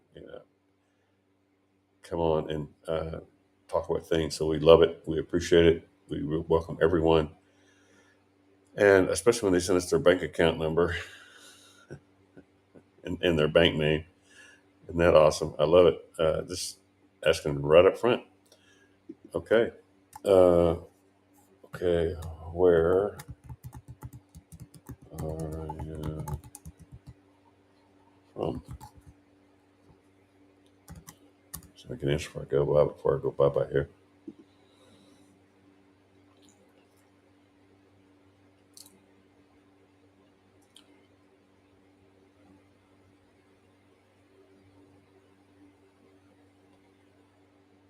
All right. I don't think they're going to answer. They might, but we'll see. Okay, you guys. So that's the kind of thing that happens on PGM. We have people from all over the place that you never know. We had a guy from Africa. I think his name was, the guy's name was, but we have people from Africa contacting us, different places, different things, and we'll see what goes on with all of it. But very interesting. Okay, so we're going to call it a night tonight, y'all. Good night, and we love you, and bye bye. Talk to you tomorrow. Tomorrow's Wednesday. On Wednesdays, by the way, let me announce this. On Wednesday, we pray for everybody. Pray for everybody. You can either come on. You can come on through Restream, through Facebook, Twitter, um, YouTube, whatever, and you can just tell me your first name, what state you're from, or what country you're from, and I will prophesy over you. And same thing with Zoom. You call into, you text into, we'll give you the Zoom information. You can get into Zoom, or we can prophesy through you through Restream, through Facebook, Twitter, Twitch, and YouTube. So that can happen also. We do that on Wednesdays, which is tomorrow night at 9 p.m. Central Standard Time, Texas time. So get ready for that, and we will talk to you guys tomorrow. Bye bye. Wednesday is prophecy over every person night. All right. Good night.